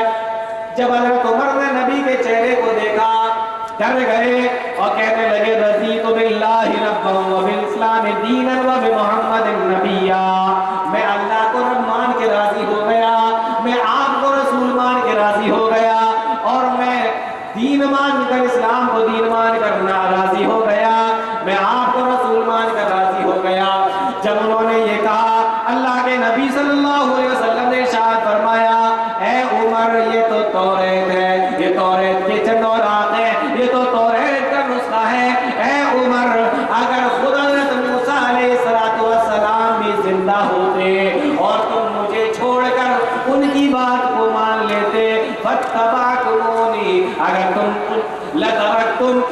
تم ان کی بات کو مان لیتے اور مجھے چھوڑ دیتے لَزَلَلْتُمْ عَنْ سَوَاءِ السَّبِيلِ، تو تم لوگ گمراہ ہو جاتے۔ آپ اندازہ کیجئے، فرمایا لو کان موسیٰ حیا وادرک نبوتی، اگر موسیٰ بھی زندہ ہوتے اور وہ میرا زمانہ پا لیتے لتبعنی، تو ان کو بھی میری اطاعت کرنا پڑتی، میری فرما برداری کرنا پڑتی۔ اتنا بڑا نبی جناب محمد رسول اللہ صلی اللہ علیہ وسلم کا مقام اور آپ کا یہ درجہ ہے کہ توریت نہیں، توریت کے چند اورات نہیں، اگر توریت جس پر نازل ہوئی وہ نبی حضرت موسیٰ بھی ہوتے اور تم ان کی بات مانتے مجھے چھوڑ دیتے، اللہ کے نبی فرماتے کہ تم گمراہ ہو جاتے، اور موسیٰ ہی کیوں نہ ہوتے، اگر وہ زندہ ہوتے تو بات تو ان کو میری ہی ماننا پڑتی، اطاعت تو میری ہی کرنا پڑتی۔ تو نبی کی نافرمانی کرنا یہ انسان کو جہنم کی طرف لے جاتا ہے۔ فلا وربک لا یؤمنون حتی یحکموک فیما شجر بینہم، اور صحابہ کرام نبی کی نافرمانی سے جانتے ہو کتنا ڈرتے تھے۔ ثابت بن قیس کے بارے میں آتا ہے کہ جب یہ آیت نازل ہوئی لا ترفعوا اصواتکم فوق صوت النبی، اے ایمان والو نبی کی آواز سے اپنی آواز کو اونچا نہ کرو، ثابت بن قیس ایک صحابی تھے اللہ کے نبی کے صلی اللہ علیہ وسلم، اور یہ صحابی ثابت بن قیس ان کی آواز فطرتاً بلند تھی۔ اللہ تعالیٰ کسی کسی کو دے دیتا ہے ایسی آواز جو عالی ہوتی ہے، بلند ہوتی ہے، ان کی آواز بلند تھی، جب یہ بولتے تھے تو نبی سے زیادہ بلند ہو جاتی تھی ان کی آواز۔ جب انہوں نے یہ آیت سنا مانے افسوس کے اپنے گھر کے اندر بیٹھ گئے، دروازہ بند کر لیا اور کہا کہ اے ثابت تو برباد ہو گیا، تیری آواز تو نبی کی آواز سے اونچی ہو جاتی ہے۔ اللہ کی نبی نے دیکھا کہ کئی نمازوں میں کہ ثابت نہیں دکھائی دے رہے، مجلسوں میں دیکھا ثابت نہیں دکھائی دے رہے، کسی نے کہا اللہ کے نبی جب سے یہ آیت نازل ہوئی ہے انہوں نے اپنے آپ کے کمرے میں قید کر لیا، باہر ہی نہیں نکلتے، کیوں؟ کہا ان کی آواز بلند ہے نا، اللہ نے فرمایا کہ تمہارے اعمال برباد نہ ہو جائے کہیں۔ نبی کے سامنے اونچا بولنے سے، زور سے بولنے سے اللہ کے نبی نے کہا کہ ان کو بلا کے لاؤ، یہ ان لوگوں کے بارے میں نہیں ہے، یہ ان کے بارے میں نہیں ہے جن کی آواز فطرتاً بلند ہوتی ہے، یہ ان لوگوں کے بارے میں ہے جن کے سامنے میرا قول آ جائے، میرا فرمان آ جائے، اور اس کے بعد وہ اپنی بات کو بڑا کرنے کے لیے، اپنے اماموں کی بات کو بڑا کرنے کے لیے اپنی بات کہے، اپنے امام کا قول سنائے، یہ ان کے بارے میں۔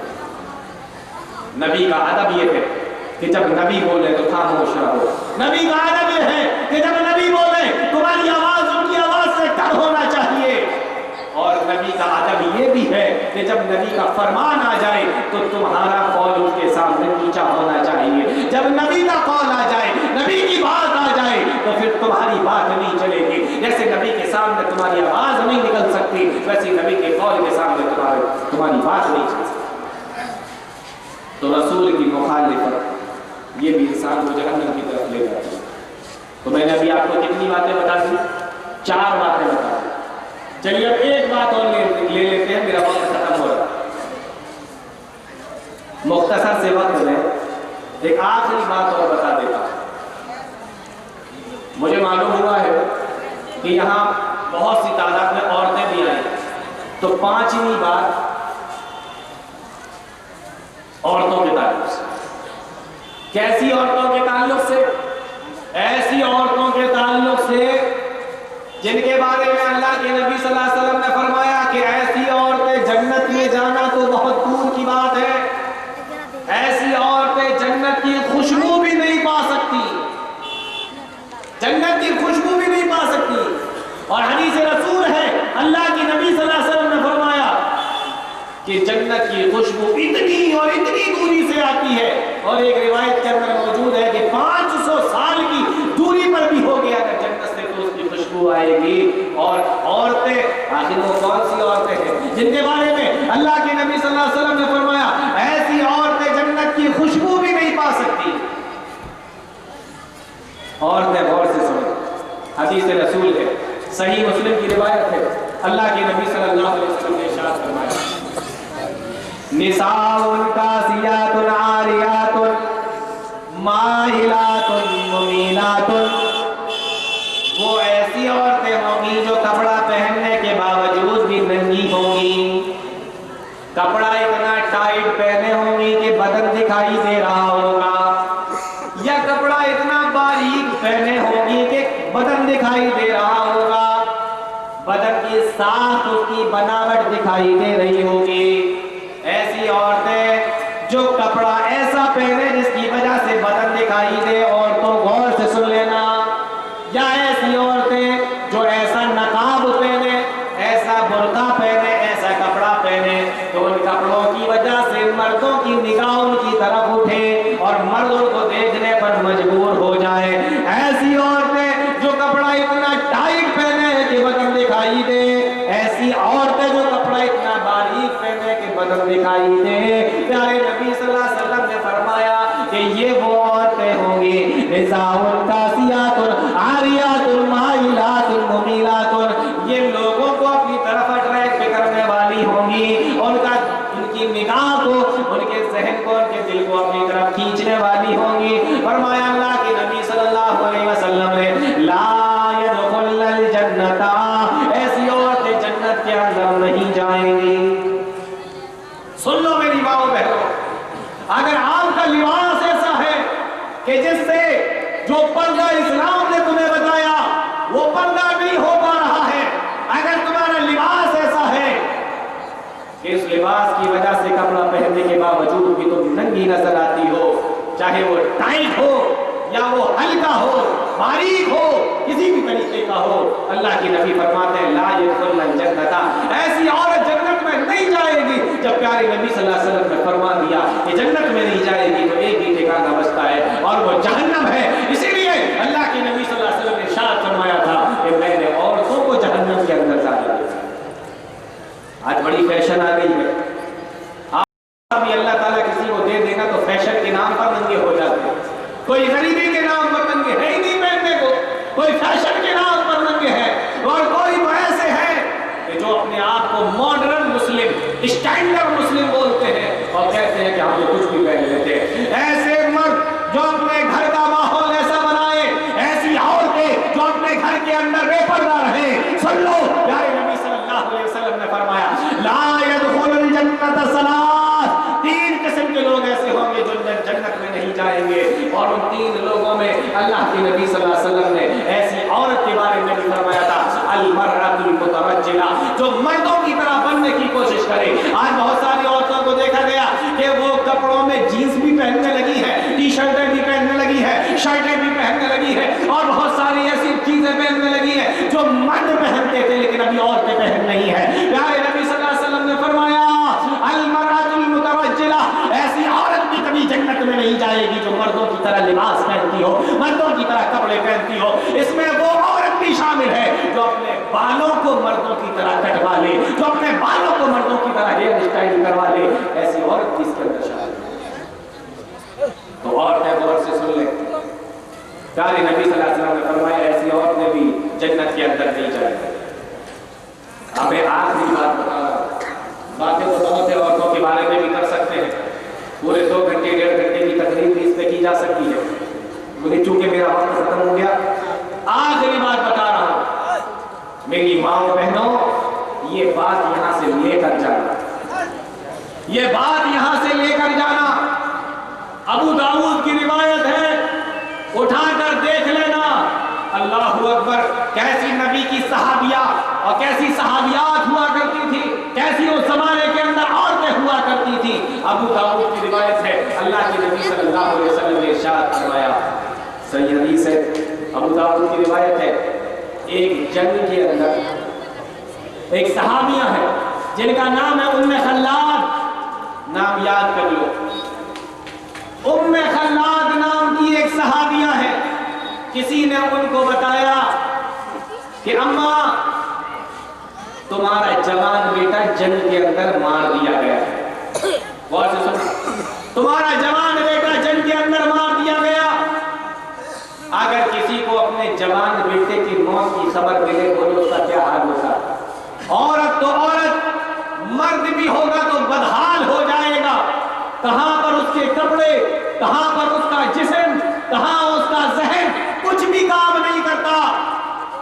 بہت سارے لوگوں کو دیکھا گیا، ان کو پتا چلا کہ ان کے بیٹے کا ایکسیڈنٹ ہو گیا، وہ ادھر بیٹا ایکسیڈنٹ کی وجہ سے پڑا ہے، یہ یہاں چکر کھا کے گرے ہوئے۔ بولو ایسا ہوتا ہے کہ نہیں ہوتا؟